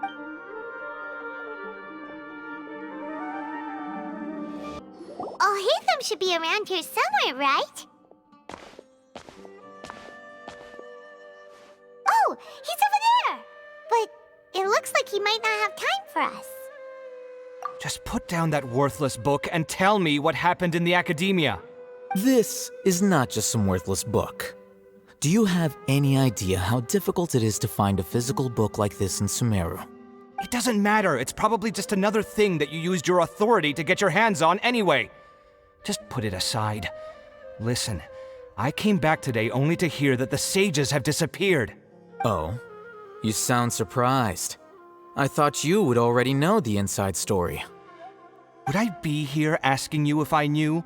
You're the scribe, not me. So just tell me what you know already. Well, I almost became a sage. Huh? Oh, don't sound too surprised now. You're the renowned Kaveh, light of the Ksharawar. Besides, as a master builder and craftsman, chances are you'll be appointed as a sage too. Why do I feel like you don't really mean it? Huh. What makes you say that? Why would you question my heartfelt sincerity? Maybe it's because you've never said anything good about me before. Yeah, well, I share a similar sentiment, and anyone who knows you as well as I do would surely do the same. Ugh, you... See? This is why I hate discussing anything with you. Your ridiculous and arrogant attitude always gets in the way. It seems that you really can't stand my personality. Ha! What was your first clue? Well, then you might as well move out of my house. Are you threatening me? Stooping to a new low, I see. Ugh, and don't change the subject. You, a sage? What a joke. The academia might as well just close tomorrow. Are they having a fight? Forget what's going on with the academia. Haven't you been busy with your construction project? Tell me, when are you going to build yourself a mansion? Don't get me started. I get angry just thinking about it. So, what great building did our master architect work on this time? Like I need to tell you. Keep your nose out of my business. No, I think we deserve to know. Where were you when Sumeru needed you most? I was in the desert for a large project, but considering Haravatat's utter ignorance of architectural and aesthetic matters, you probably wouldn't understand, which is truly unfortunate. I can only pity the man who doesn't understand the first thing about beauty and romance. Unlike a true... Hold on, wait a second. What do you mean by when Sumeru needed me most? Well, while you were out fiddling around in the desert, many people came together to save Sumeru from a crisis. Ha! And you think I'd believe that? Look, all you really need to know is that Azar and all his accomplices have all been overthrown. Huh? What nonsense are you talking about? It's no skin off my nose if you don't believe me. It's not like my Darshan was the one trying to apply for funding from the Grand Sage. Yours, though, on the other hand... You know what? I'll ask around. I'm sure someone knows what's going on here. You're dead if I find out you're lying to me.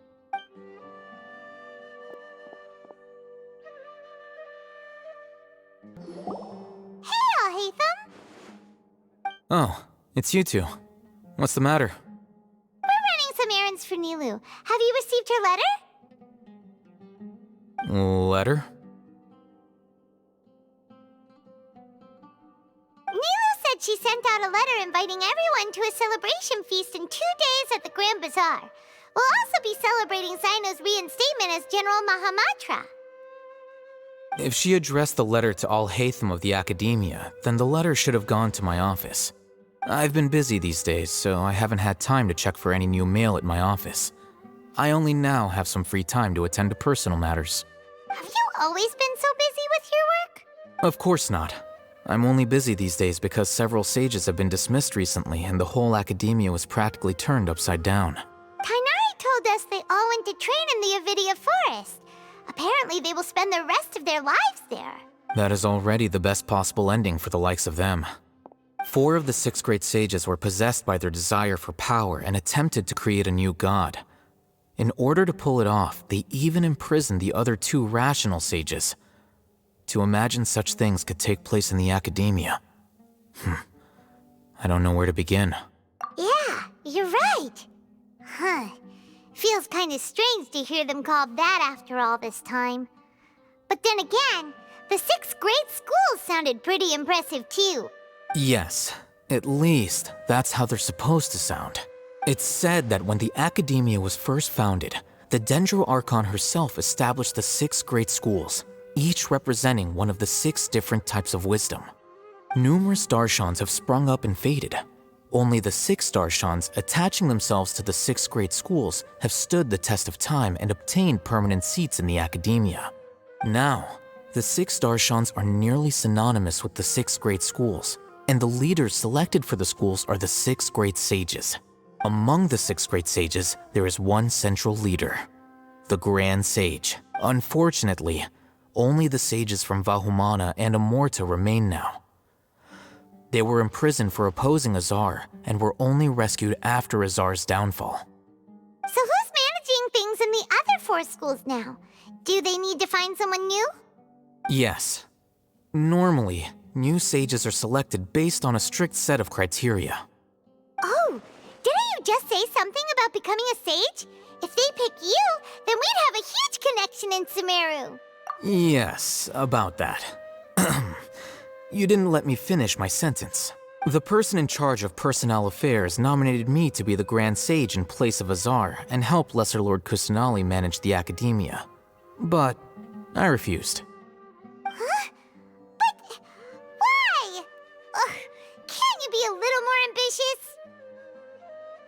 I'm not even interested in being one of the 6 great sages. Like I said before, I don't like being a leader. Oh, all right. So are you busy these days trying to find others to take the job? That's not my job either. I'm only responsible for handling important affairs within the Academia before the new sages take office. And the first thing I'll do is reject Kasharawar's application for funding. By the way, who was that other person just now? Is he your friend? Do we look like friends? Paimon doesn't know. That's why Paimon's asking. His name is Kaveh, my roommate. You could say he's the representative for Ksharawar scholars. Which is exactly why he always has so many problems. So everything that's happened recently must be a huge change for the people of Sumeru. Such is the work of the Academia Scribe. Well, anyway, no matter how busy you are, since you are our planner, remember to attend the celebration feast in 2 days. All right, I'll see you there.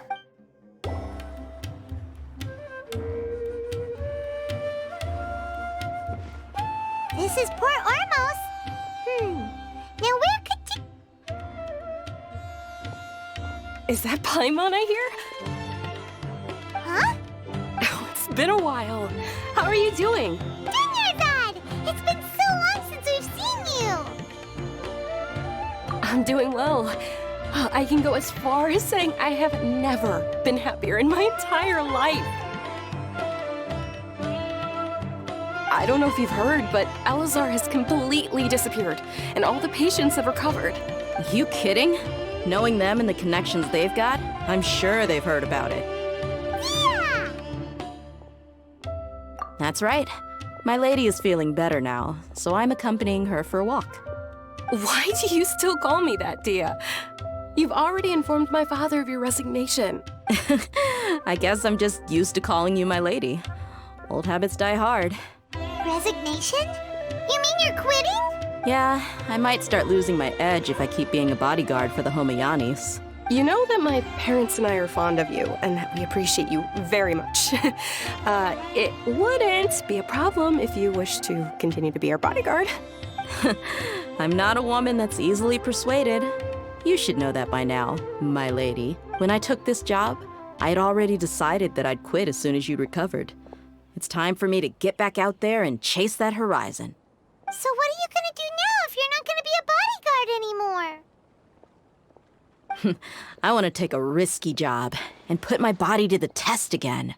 Huh? But we literally just finished one of the most dangerous jobs ever. Are you getting bored already? I know. If I hadn't joined in that plan with you, I wouldn't have come up with this idea. I guess I still get fired up by that feeling of going all out in a fight. it made me realize that I'm still a mercenary through and through. Life is short, and I'm happy that I got to be a part of that operation. But the whole thing also made me realize that there are still many problems in Sumeru, and as a desert dweller, I'm still not completely ready to settle down on this side of the wall. Well, I remember a friend had someone bring you a message. You mean I'll hate them? I didn't expect him to still remember that. I thought he was joking. We just came from talking with Alhaitham at the Academia. Did he tell you that he suggested that I come work at the Academia? What? I heard that Azar and his cronies fell from power, and Alhaitham told me that now was a good time to find a job in the Academia, but only if I wanted to. Whoa. Paimon can't see you being anything other than a mercenary. Me neither. Oh, but I think Dia would look great dressed up as a scholar. Ugh, forget about it. I wouldn't last 10 seconds in there. Alhaitham probably just liked the way I worked and knew I'm good in a fight. So he suggested I find some work in the Academia. But you know, if you take him up on the offer, Sino might actually agree and let you become a Matra. Because you're super amazing. The Matra have all the talent they need as long as they have Sino. I prefer to be free to live however I choose. In fact, I chose this job from the very start because I knew it'd be right up my alley. Even if being a mercenary means facing all kinds of danger. A lion has to return to the wild sooner or later. If anything, being your bodyguard has been unfamiliar territory for me. I don't want to see you go, but I'll respect your decision. I'm glad to hear you say that. Come on, no need for the sad face. It's not like we'll never meet again. Once the whole Dendro Archon thing is settled, everything in Sumeru will take a turn for the better. That makes me happy too. But a peaceful society will probably mean less demand for mercenaries like me. Before long, we'll be a dying breed. So I'd better get to work while I still can. Huh? But wait a second. You make it sound like you're leaving now. Well, no, not yet at least. I promised my lady I'd stick around until next week. So, have you been in Port Ormos this entire time? We were wondering if you had received a letter from Nilu. Oh, did Nilu write to us? She heard that you were seen in Port Ormos, so she sent the letter here. Huh. It was probably sent to the inn that we're staying at. My lady has been very energetic lately and keeps taking me on hikes, staying out even into the night. By the time we get back, the receptionist is usually off napping on the job. Right, and we tend to leave quite early in the morning, so the old man on duty is also usually dozing off. So what it really sounds like is that the person on duty is always asleep. I bet the letter's at the reception desk. I'll go check later. No wonder there wasn't a reply. You never received the letter. Good thing Nilu asked us to come and check on that. Sorry to make you two come all the way out here. It must be something important for Nilu to specifically write to us like that. Yes, she said they were preparing a victory feast in the Grand Bazaar, and will also be celebrating Sino's reinstatement as General Mahamatra. She was hoping you could come. Great! I'll be sure to attend. Count me in too. But is there some sort of dress code or anything for the feast? Can I just show up looking like this? Since it's being organized by Nilu, I don't think she'll be too picky about that. If anything, I think she wants to see us as our most natural selves. All right, then this is how I'll show up. The feast will be held in 2 days, so don't forget. Sure. Thank you so much for letting us know. We'll see you there. Oh, by the way, do you happen to know where Sino and Raman are? The General Mahamatra always comes and goes without a trace. Normally no one knows his whereabouts. Oh. But last time we met, he mentioned that he had something to do in Aru village. You can try your luck there. As for Raman, your guess is as good as mine. I only remember he said that he had something to discuss with Sino. You can ask Sino when you meet him. Don't mention it. You better get going. All right, on to our next stop. It's been a while since we last visited Aru village. Ah, there's Sino.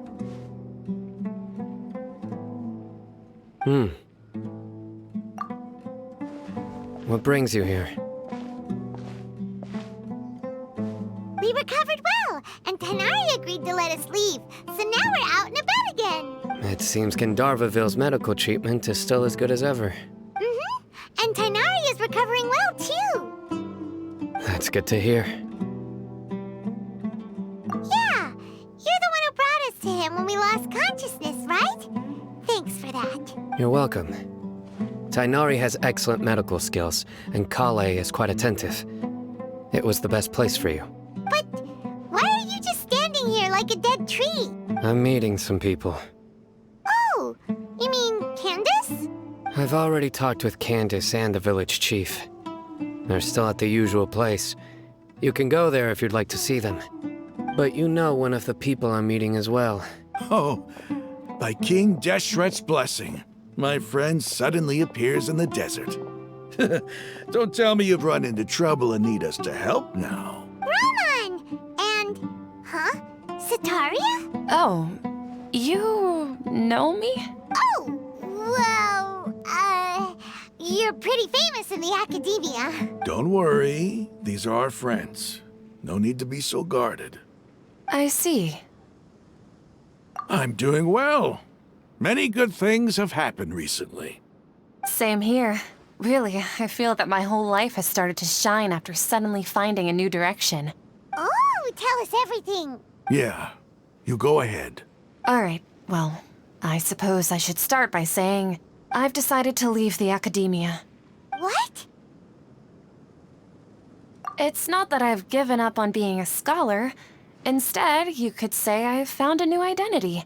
I will no longer pursue research like a typical scholar, but I have not completely given up on my relationship to knowledge either. I can see what you're saying now. What do you mean? I plan to leave the academia and return to teach here in the desert. Wow, so you want to become a teacher? Sataria will return to support education here and teach people from the desert. She can't teach everyone on her own, but there are many of us Eremites all over Sumeru. She came to discuss a collaboration with me and hoped that I could bring her ideas to the Eremites. Yes, it's my hope that the Eremites can help me select a group of smart people with the best aptitude for teaching. I'll teach them, and after they've finished learning from me, they can go educate more people. That is the true meaning of education and the spreading of knowledge. The people of King Deshret suffer from sandstorms, exile, and ignorance. Miss Sataria is more than welcome to come teach here. Her arrival is like a star shining in the desert night. The stars have always guided caravans, thieves, soldiers, and travelers who get lost in the night. They lead those in the dark out of trouble and back to safety. Oh, please, where's all of this coming from? I'm starting to feel a little embarrassed. You deserve these compliments. Mercenaries are accustomed to danger and don't fear death, which is why we recognize extraordinary actions that common people would easily overlook. Sataria's idea will bring much good to many people. At first, I feared it was destined to fail. Everyone knows that the academia doesn't allow scholars to teach in the desert without permission. As you know, all knowledge is under their surveillance and control, and very few desert dwellers are as lucky as me. But what I heard at that time has been haunting my heart, as if there were lightning bolts constantly bombarding my soul. Sataria, you tread a treacherous path, and the longer you ignore it, the tighter the academia's grasp on you will become. Sataria, why haven't you gone home? Never forget that the desert that belongs to you lies elsewhere. Miss. These words sparked something in me, and I knew that I had to bring something back to my people after going home. I gathered up the courage to approach the Grand Sage, only to find that he was no longer at the academia. Lord Cyno told me that Azar didn't belong there anymore. Azar has received much-needed punishment. Though, if you ask me, it may have been too light. You probably have already heard. Lord Cyno helped me obtain permission to leave the academia for the desert, and accompanied me here to discuss collaboration with members of the Eremites. My plan was able to go smoothly thanks to him and Rahman. You're all doing so much for the desert. Aside from that, I also have some other business to discuss with Cyno. Lesser Lord ChIII has allocated many resources to support and develop the desert. I've done some business for her, and part of it required the assistance of the Eremites. I applied for a few batches of educational materials from the academia, and sent them to several groups in the desert, as instructed by Lesser Lord ChIII. I believe the people will make good use of them. That's exactly what the people here need. Physical books and other related items. If it weren't for ChIII and Lesser Lord ChIII, I'm afraid we'd never be able to get our hands on them. Apart from this, the academia is also recruiting scholars that are willing to teach in the desert. I'll let you and Satarian know as soon as I have any more news. We must be persistent about this, and maintain these resources to ensure long-term effectiveness. This is the first time in hundreds of years we've had a glimmer of hope. I think this may be the turning point for the desert. Remember these words. Here lies our faithful priest, Kasala. His wisdom is a miracle among the people, deserving of high praise and admiration. I hope people with wisdom like that priest will rise again among the desert dwellers. Then we'll once again see the wisdom and glory that once shook the world. Enough about us. Are you here to discuss some business too? No, not at all. We're actually here on behalf of Nilu. Nilu wanted to write to everyone, but she wasn't sure where the letters should be sent, so she asked us to come find everyone personally. A celebration feast will be held in 2 days at the Grand Bazaar. She hopes that all of you will be able to attend. At the feast, we'll also be celebrating Sino's reinstatement as General Mahamatra. Although, judging from your appearance, it seems you've already been reinstated. Paimon thought you would only start working for the Academia after the feast. Celebration? Feast? It's the first I've heard of it. Tighnari was right. He really didn't know. This feast is for you, Sino. Sounds to me like you'll have to be there. It's rare to see that kind of expression from Lord Sino. You must not like feasts very much. No, not really. But I'll go. Well, I still have a lot to handle here. Besides, I need to look after Miss Sataria in the desert, so I'll have to pass. I'm afraid I won't be able to join you. Although, if you'd be so kind, please give a message to Miss Nilu for me. The message is, I'm sorry for how I treated you before, but now I understand the beauty of your dance. It's like a light shining in the sky. You and the art you symbolize are not only beautiful, but also lively and powerful, so much so that it was prohibited. Please keep dancing, and someday, I'll be able to appreciate your art in person. Okay, we've got all that down. Our job here is complete as well. Oh, Sino, remember, party's in 2 days. Make sure you're there. Got it. Everybody's already here. Looks like we're the last ones to arrive. I'm here. Ah, there you are. Well, look who finally decided to show up. You look like you came here immediately after finishing up some work. I'm very happy to see you here. But we're not late, are we? It's just that everyone else arrived ahead of time. I propose that the last one who arrived be put in charge of today's speeches. Nah, there won't be any speeches today. Oh, really? Well, even better. Come join us over here. Let's share some great food and drinks, and chat about all sorts of fun things. Everything looks quite good. Wow, Paimon can't wait! Traveler, just look at all the delicious food here.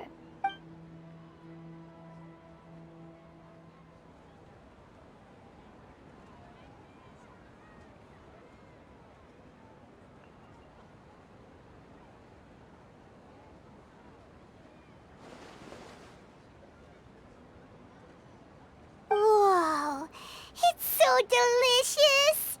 Oh, this grilled meat tastes amazing! The food was specially prepared for you by everyone in the Grand Bazaar. And we have gifts that were sent by the residents of Sumeru City when they heard we were holding a feast. Everyone that came said that you saved Sumeru, and wanted me to thank you all on their behalf. Ah, feels kinda nice to be seen as a hero. I could get used to this. Being a bodyguard is also a hero's job. You've always been amazing, Dia. My lady sure has a way with words. Thanks. I'm glad to hear it. And I'm happy to meet everyone that participated in the great plan. Don't mention it. Come to think of it, we've really done something impressive together. It's unbelievable. We owe it to our abilities. And luck. Really? Why do I remember everybody thinking that luck was against us and feeling like we hardly had a chance of succeeding? That's how I remember it too. It's luck that brought us together, and it was luck that let us form a team. Then, it took even more luck for us to formulate a plan and implement it successfully. Moreover, judging from the results, everything worked out well. Yeah, everyone gave it their all when it mattered most. It was almost like a performance. We took the stage and put on our best show. Everyone played their part, and thanks to everyone's efforts, the performance was a great success. So, would you say we're good actors too? It's such a blessing that Lesser Lord Kusanali was able to return to power at the Academia. Yes, even after being abandoned and neglected so many times, she's finally returned. Uh-huh. Lesser Lord Kusanali once used all her power in a great disaster, which resulted in her losing all her wisdom and memories of the past. The Academia basically abandoned her because of it. This should be something everybody should remember. Huh? You look surprised. I didn't say anything wrong, did I? No, everything you said is correct. That's good. Something wrong? Yeah, what's with that face? You knew all of this already. Even if those two giants of the Academia are here, I still have to say it. Those sages really have some nerve. 500 years ago, Lesser Lord Kusanali used all her power for the people of Sumeru. And what did they do in return?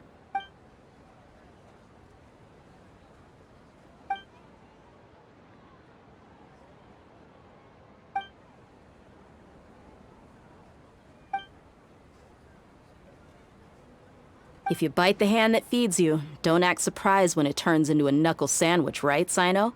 Perhaps I shouldn't say this, but their treatment of Lesser Lord Kusanali calls for a more severe punishment. You could simply tell Lesser Lord Kusanali that you wish to have Azar and his accomplices severely punished. I respect our deity's decision, and won't interfere in any way. While we're on this topic, why didn't you accept the Academia's invitation to become the Grand Sage? Are you trying to say that I'm fit to be a sage? Not at all. But every person handling the selection process has said that you are the most suitable candidate to lead the Academia right now. Why? Because he dethroned Azar from power? Could you try to put it another way? This is a good thing, yet you're making it sound like I overthrew Azar for my own personal gain. But seriously though, I always wondered if you had some personal motives behind it. I did have my own motive, but it had nothing to do with being a sage. If the rules of our nation were suddenly cast by the wayside, then it wouldn't be long until chaos ensued. I had no intention of letting their dreams disrupt my life. By that, you mean your life working as the Academia's scribe? Precisely. Wait, is that all? So, that's the only reason why you joined us and came up with all those plans? It's reason enough. You've certainly got quite the personality. You flatter me. All right then. How about you? You've already resumed work as the General Mahamatra, right? That's right. Will you be happy with that life? It's not about being happy. There are merely a lot of things that I must do. Even so, keep your spirits up and try to be happy, okay? And try to smile more every day, just like I'm doing now. Thank you. I'll keep that in mind. I seldom participate in such lively gatherings, but the atmosphere here is quite good. No. This gathering today has a unique meaning. The Grand Bazaar is lively because the people here feel happiness from the bottom of their hearts, unlike the farces at the Academia. That happiness is an emotion that'll be forever alien to those bookworms who have driven themselves insane by studying. I seem to have taken both keys when I left the house. Oh well.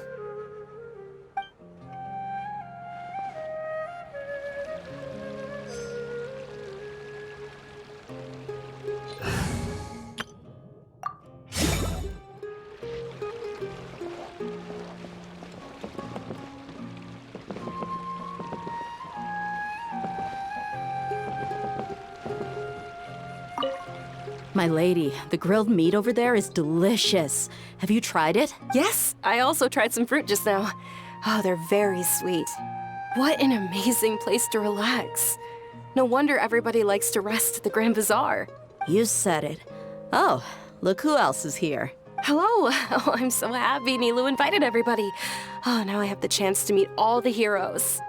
Hey, less of that polite chit-chat and more eating and drinking. The feast is about having fun, not stuffy formalities.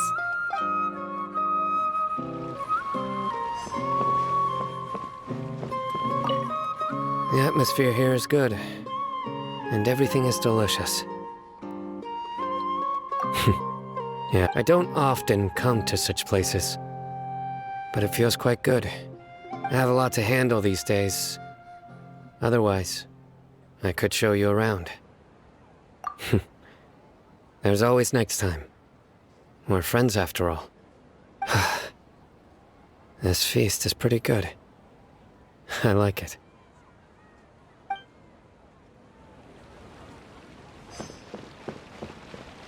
Ah, there you are, traveler.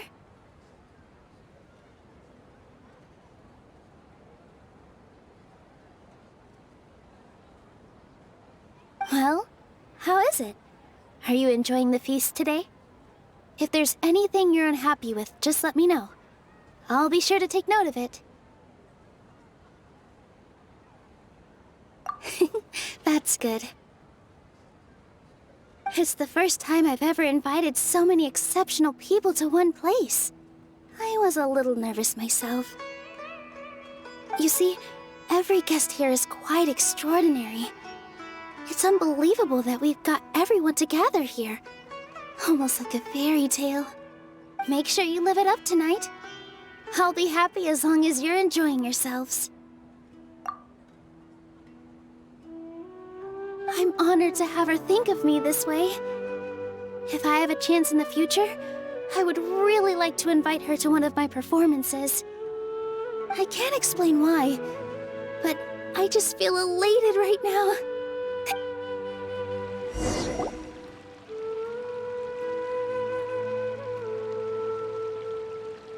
Hey, what's wrong? Your head is starting to droop. Hey, you can't just fall asleep here. Paimon will go find something delicious for you to eat. You'll wake up once you've put something yummy in your tummy. Of course, just wait here for Paimon.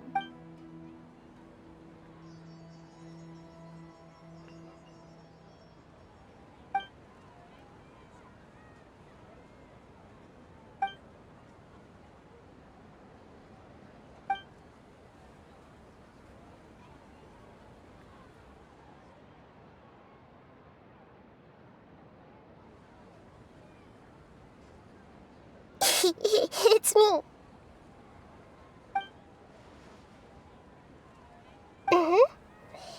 You may blame me for being a bit too self-indulgent. I was thinking about talking with you, and the next thing I knew, I had made a connection with you. The connection between us is amazing. It's like flora and the fence it grows upon. I heard there's an amazing celebration feast today at the Grand Bazaar. I wanted to have a look for myself, so I snuck in. Lately, I've been so busy dealing with all the fallout from recent events, so I really haven't had any free time. Although you've already helped me with a lot, there's still one more thing I hope you can help me with. Please say thank you to everyone for me. Oh, is it not convenient for you to do that for me? But if I just show up all of a sudden, people will become all quiet and stiff, won't they? What if I end up scaring them and ruining this wonderful feast? That'd be the last thing I want. Let me think about it. Okay. Yes, I have.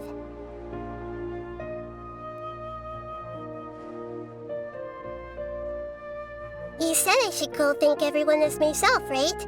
So, I've decided to borrow your body for the time being. Please don't blame me. The floor also climbs up to the fence to get closer to the sky.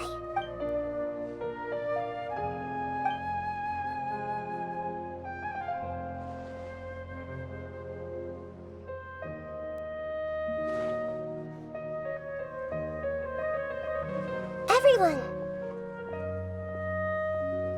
Are you awake now?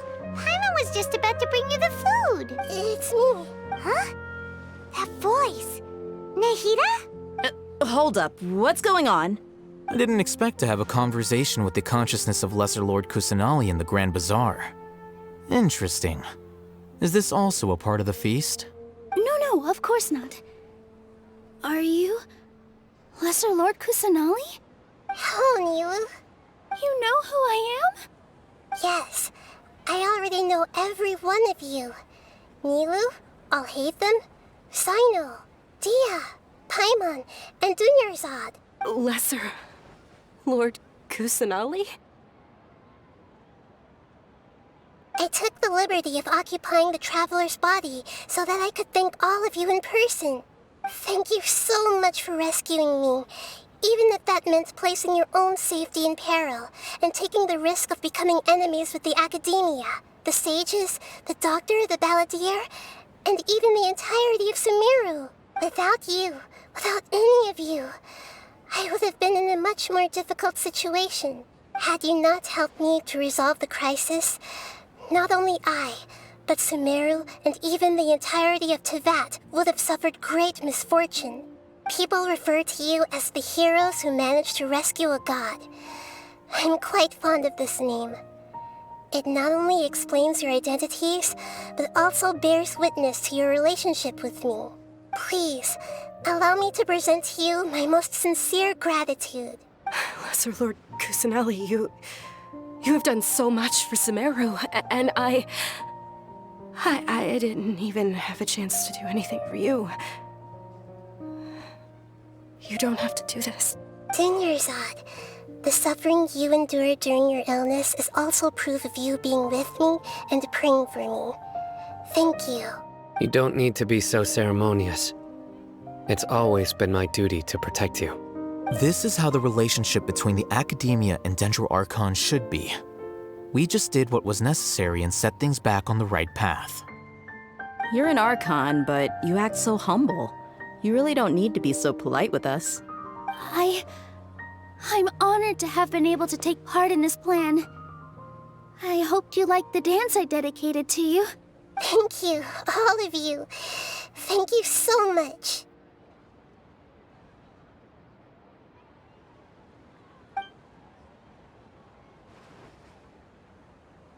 Yeah.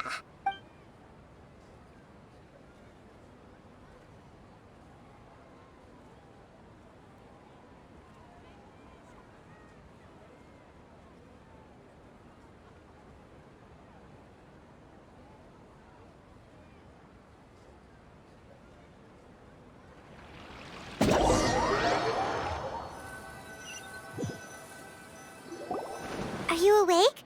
Did you rest well? After Nahida left, you ate a lot of food. You've become a glutton. That just means you still have a lot to learn from Master Paimon, the Sage of Gluttony. All right, since you're awake now, should we go and have a chat with Nahida? She should be in the Academia right about now. If you have any questions, now's your chance to ask. Nahida! Hello, Traveler and Paimon.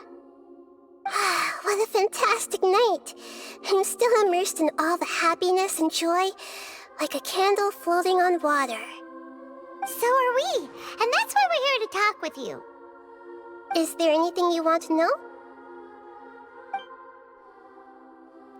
After After recent events, the Akasha can no longer function as it used to. I've given it some thought, and have decided to shut it down permanently. But this is definitely not a bad thing. Even from the beginning, I've been planning to shut it down. The Akasha's centralized administration of knowledge has always restrained people's curiosity and curtailed the number of paths available to them. I don't think this is good for Sumeru. Although people may initially feel a little uncomfortable with the loss of the Akasha, they will soon understand that this life is more suitable for them. And as for the future of Sumeru, I'm preparing to regain control of the academia. The former sages have received their punishment, but the new sages have yet to be selected. I will oversee the process personally. I hope that the new 6th grade sages will be more focused on academics. Sumeru needs such leaders more than ever. The other big issue is the people of King Deshret. All the residents of the desert, in fact. They have been mistreated for far too long. I've already taken some measures to address this. It will take some time to rebuild everything, but no matter if it's culture, friendship, or trust, we will rebuild it. You mean, what happened after the doctor put you to sleep? Not exactly. The top-ranked Fatui Harbingers, up to number 3, possess power comparable to that of gods. I was no match for him in that kind of situation. However, in spite of the bad situation, I still managed to make a fair deal with the doctor. I'm sure you remember the entity that changed your fate, the Heavenly Principles. In fact, the Heavenly Principles has been quiet since the Conria disaster 500 years ago. I used this point as leverage against the doctor. I told him that the Heavenly Principles may be awakened if I destroy the Gnosis. Although it's just a bluff, he still fell for it. I assumed that the Heavenly Principles wouldn't just stand by and let such extensive damage to its laws take place. And as for what I exchanged for the Gnosis, the exchange served as both punishment for the doctor, as well as a boon of new knowledge that I couldn't refuse as the God of Wisdom. He's still in a coma. I've hidden him like how one would hide a feather. I know you have many misgivings about him, but as someone who had become a god, he has retained a number of very useful features. Don't worry, I'll keep an eye on him and make sure he doesn't do any evil. In addition, there are still some mysteries left in him. Some things may be very clear from my perspective, but he is still yet to understand them himself. His future will be determined by fate. Is that where you're headed next? Fontaine, the Nation of Justice? As far as I know, that nation operates in a judicial system. Does their Archon personally judge people? No, there's a Chief Justice in Fontaine. Generally speaking, the Hydra Archon, Focalor, won't preside over individual trials. However, even then, Focalor will still make herself present at just about every trial. It seems that she just likes to immerse herself in that sort of atmosphere. As Archon, she still reserves the right to influence the final verdict. Anyway, let's just say she's got, a very unique personality. Are you sure? Isn't there something else you haven't asked about yet? Huh? You mean... About your brother. While you were resting at Gandharvaville, I took some time to perform an IRMINSUL'S search for information on your brother. Yeah! Isn't IRMINSUL a repository for all the information and memories of Teyvat? So there shouldn't be anything on her or her brother. This is true in your case. IRMINSUL indeed does not have any information on you. However, there must be something different about your brother. Because, as it turns out, the world has recorded information on him after all. What? There's only one possible explanation. He belongs to this world.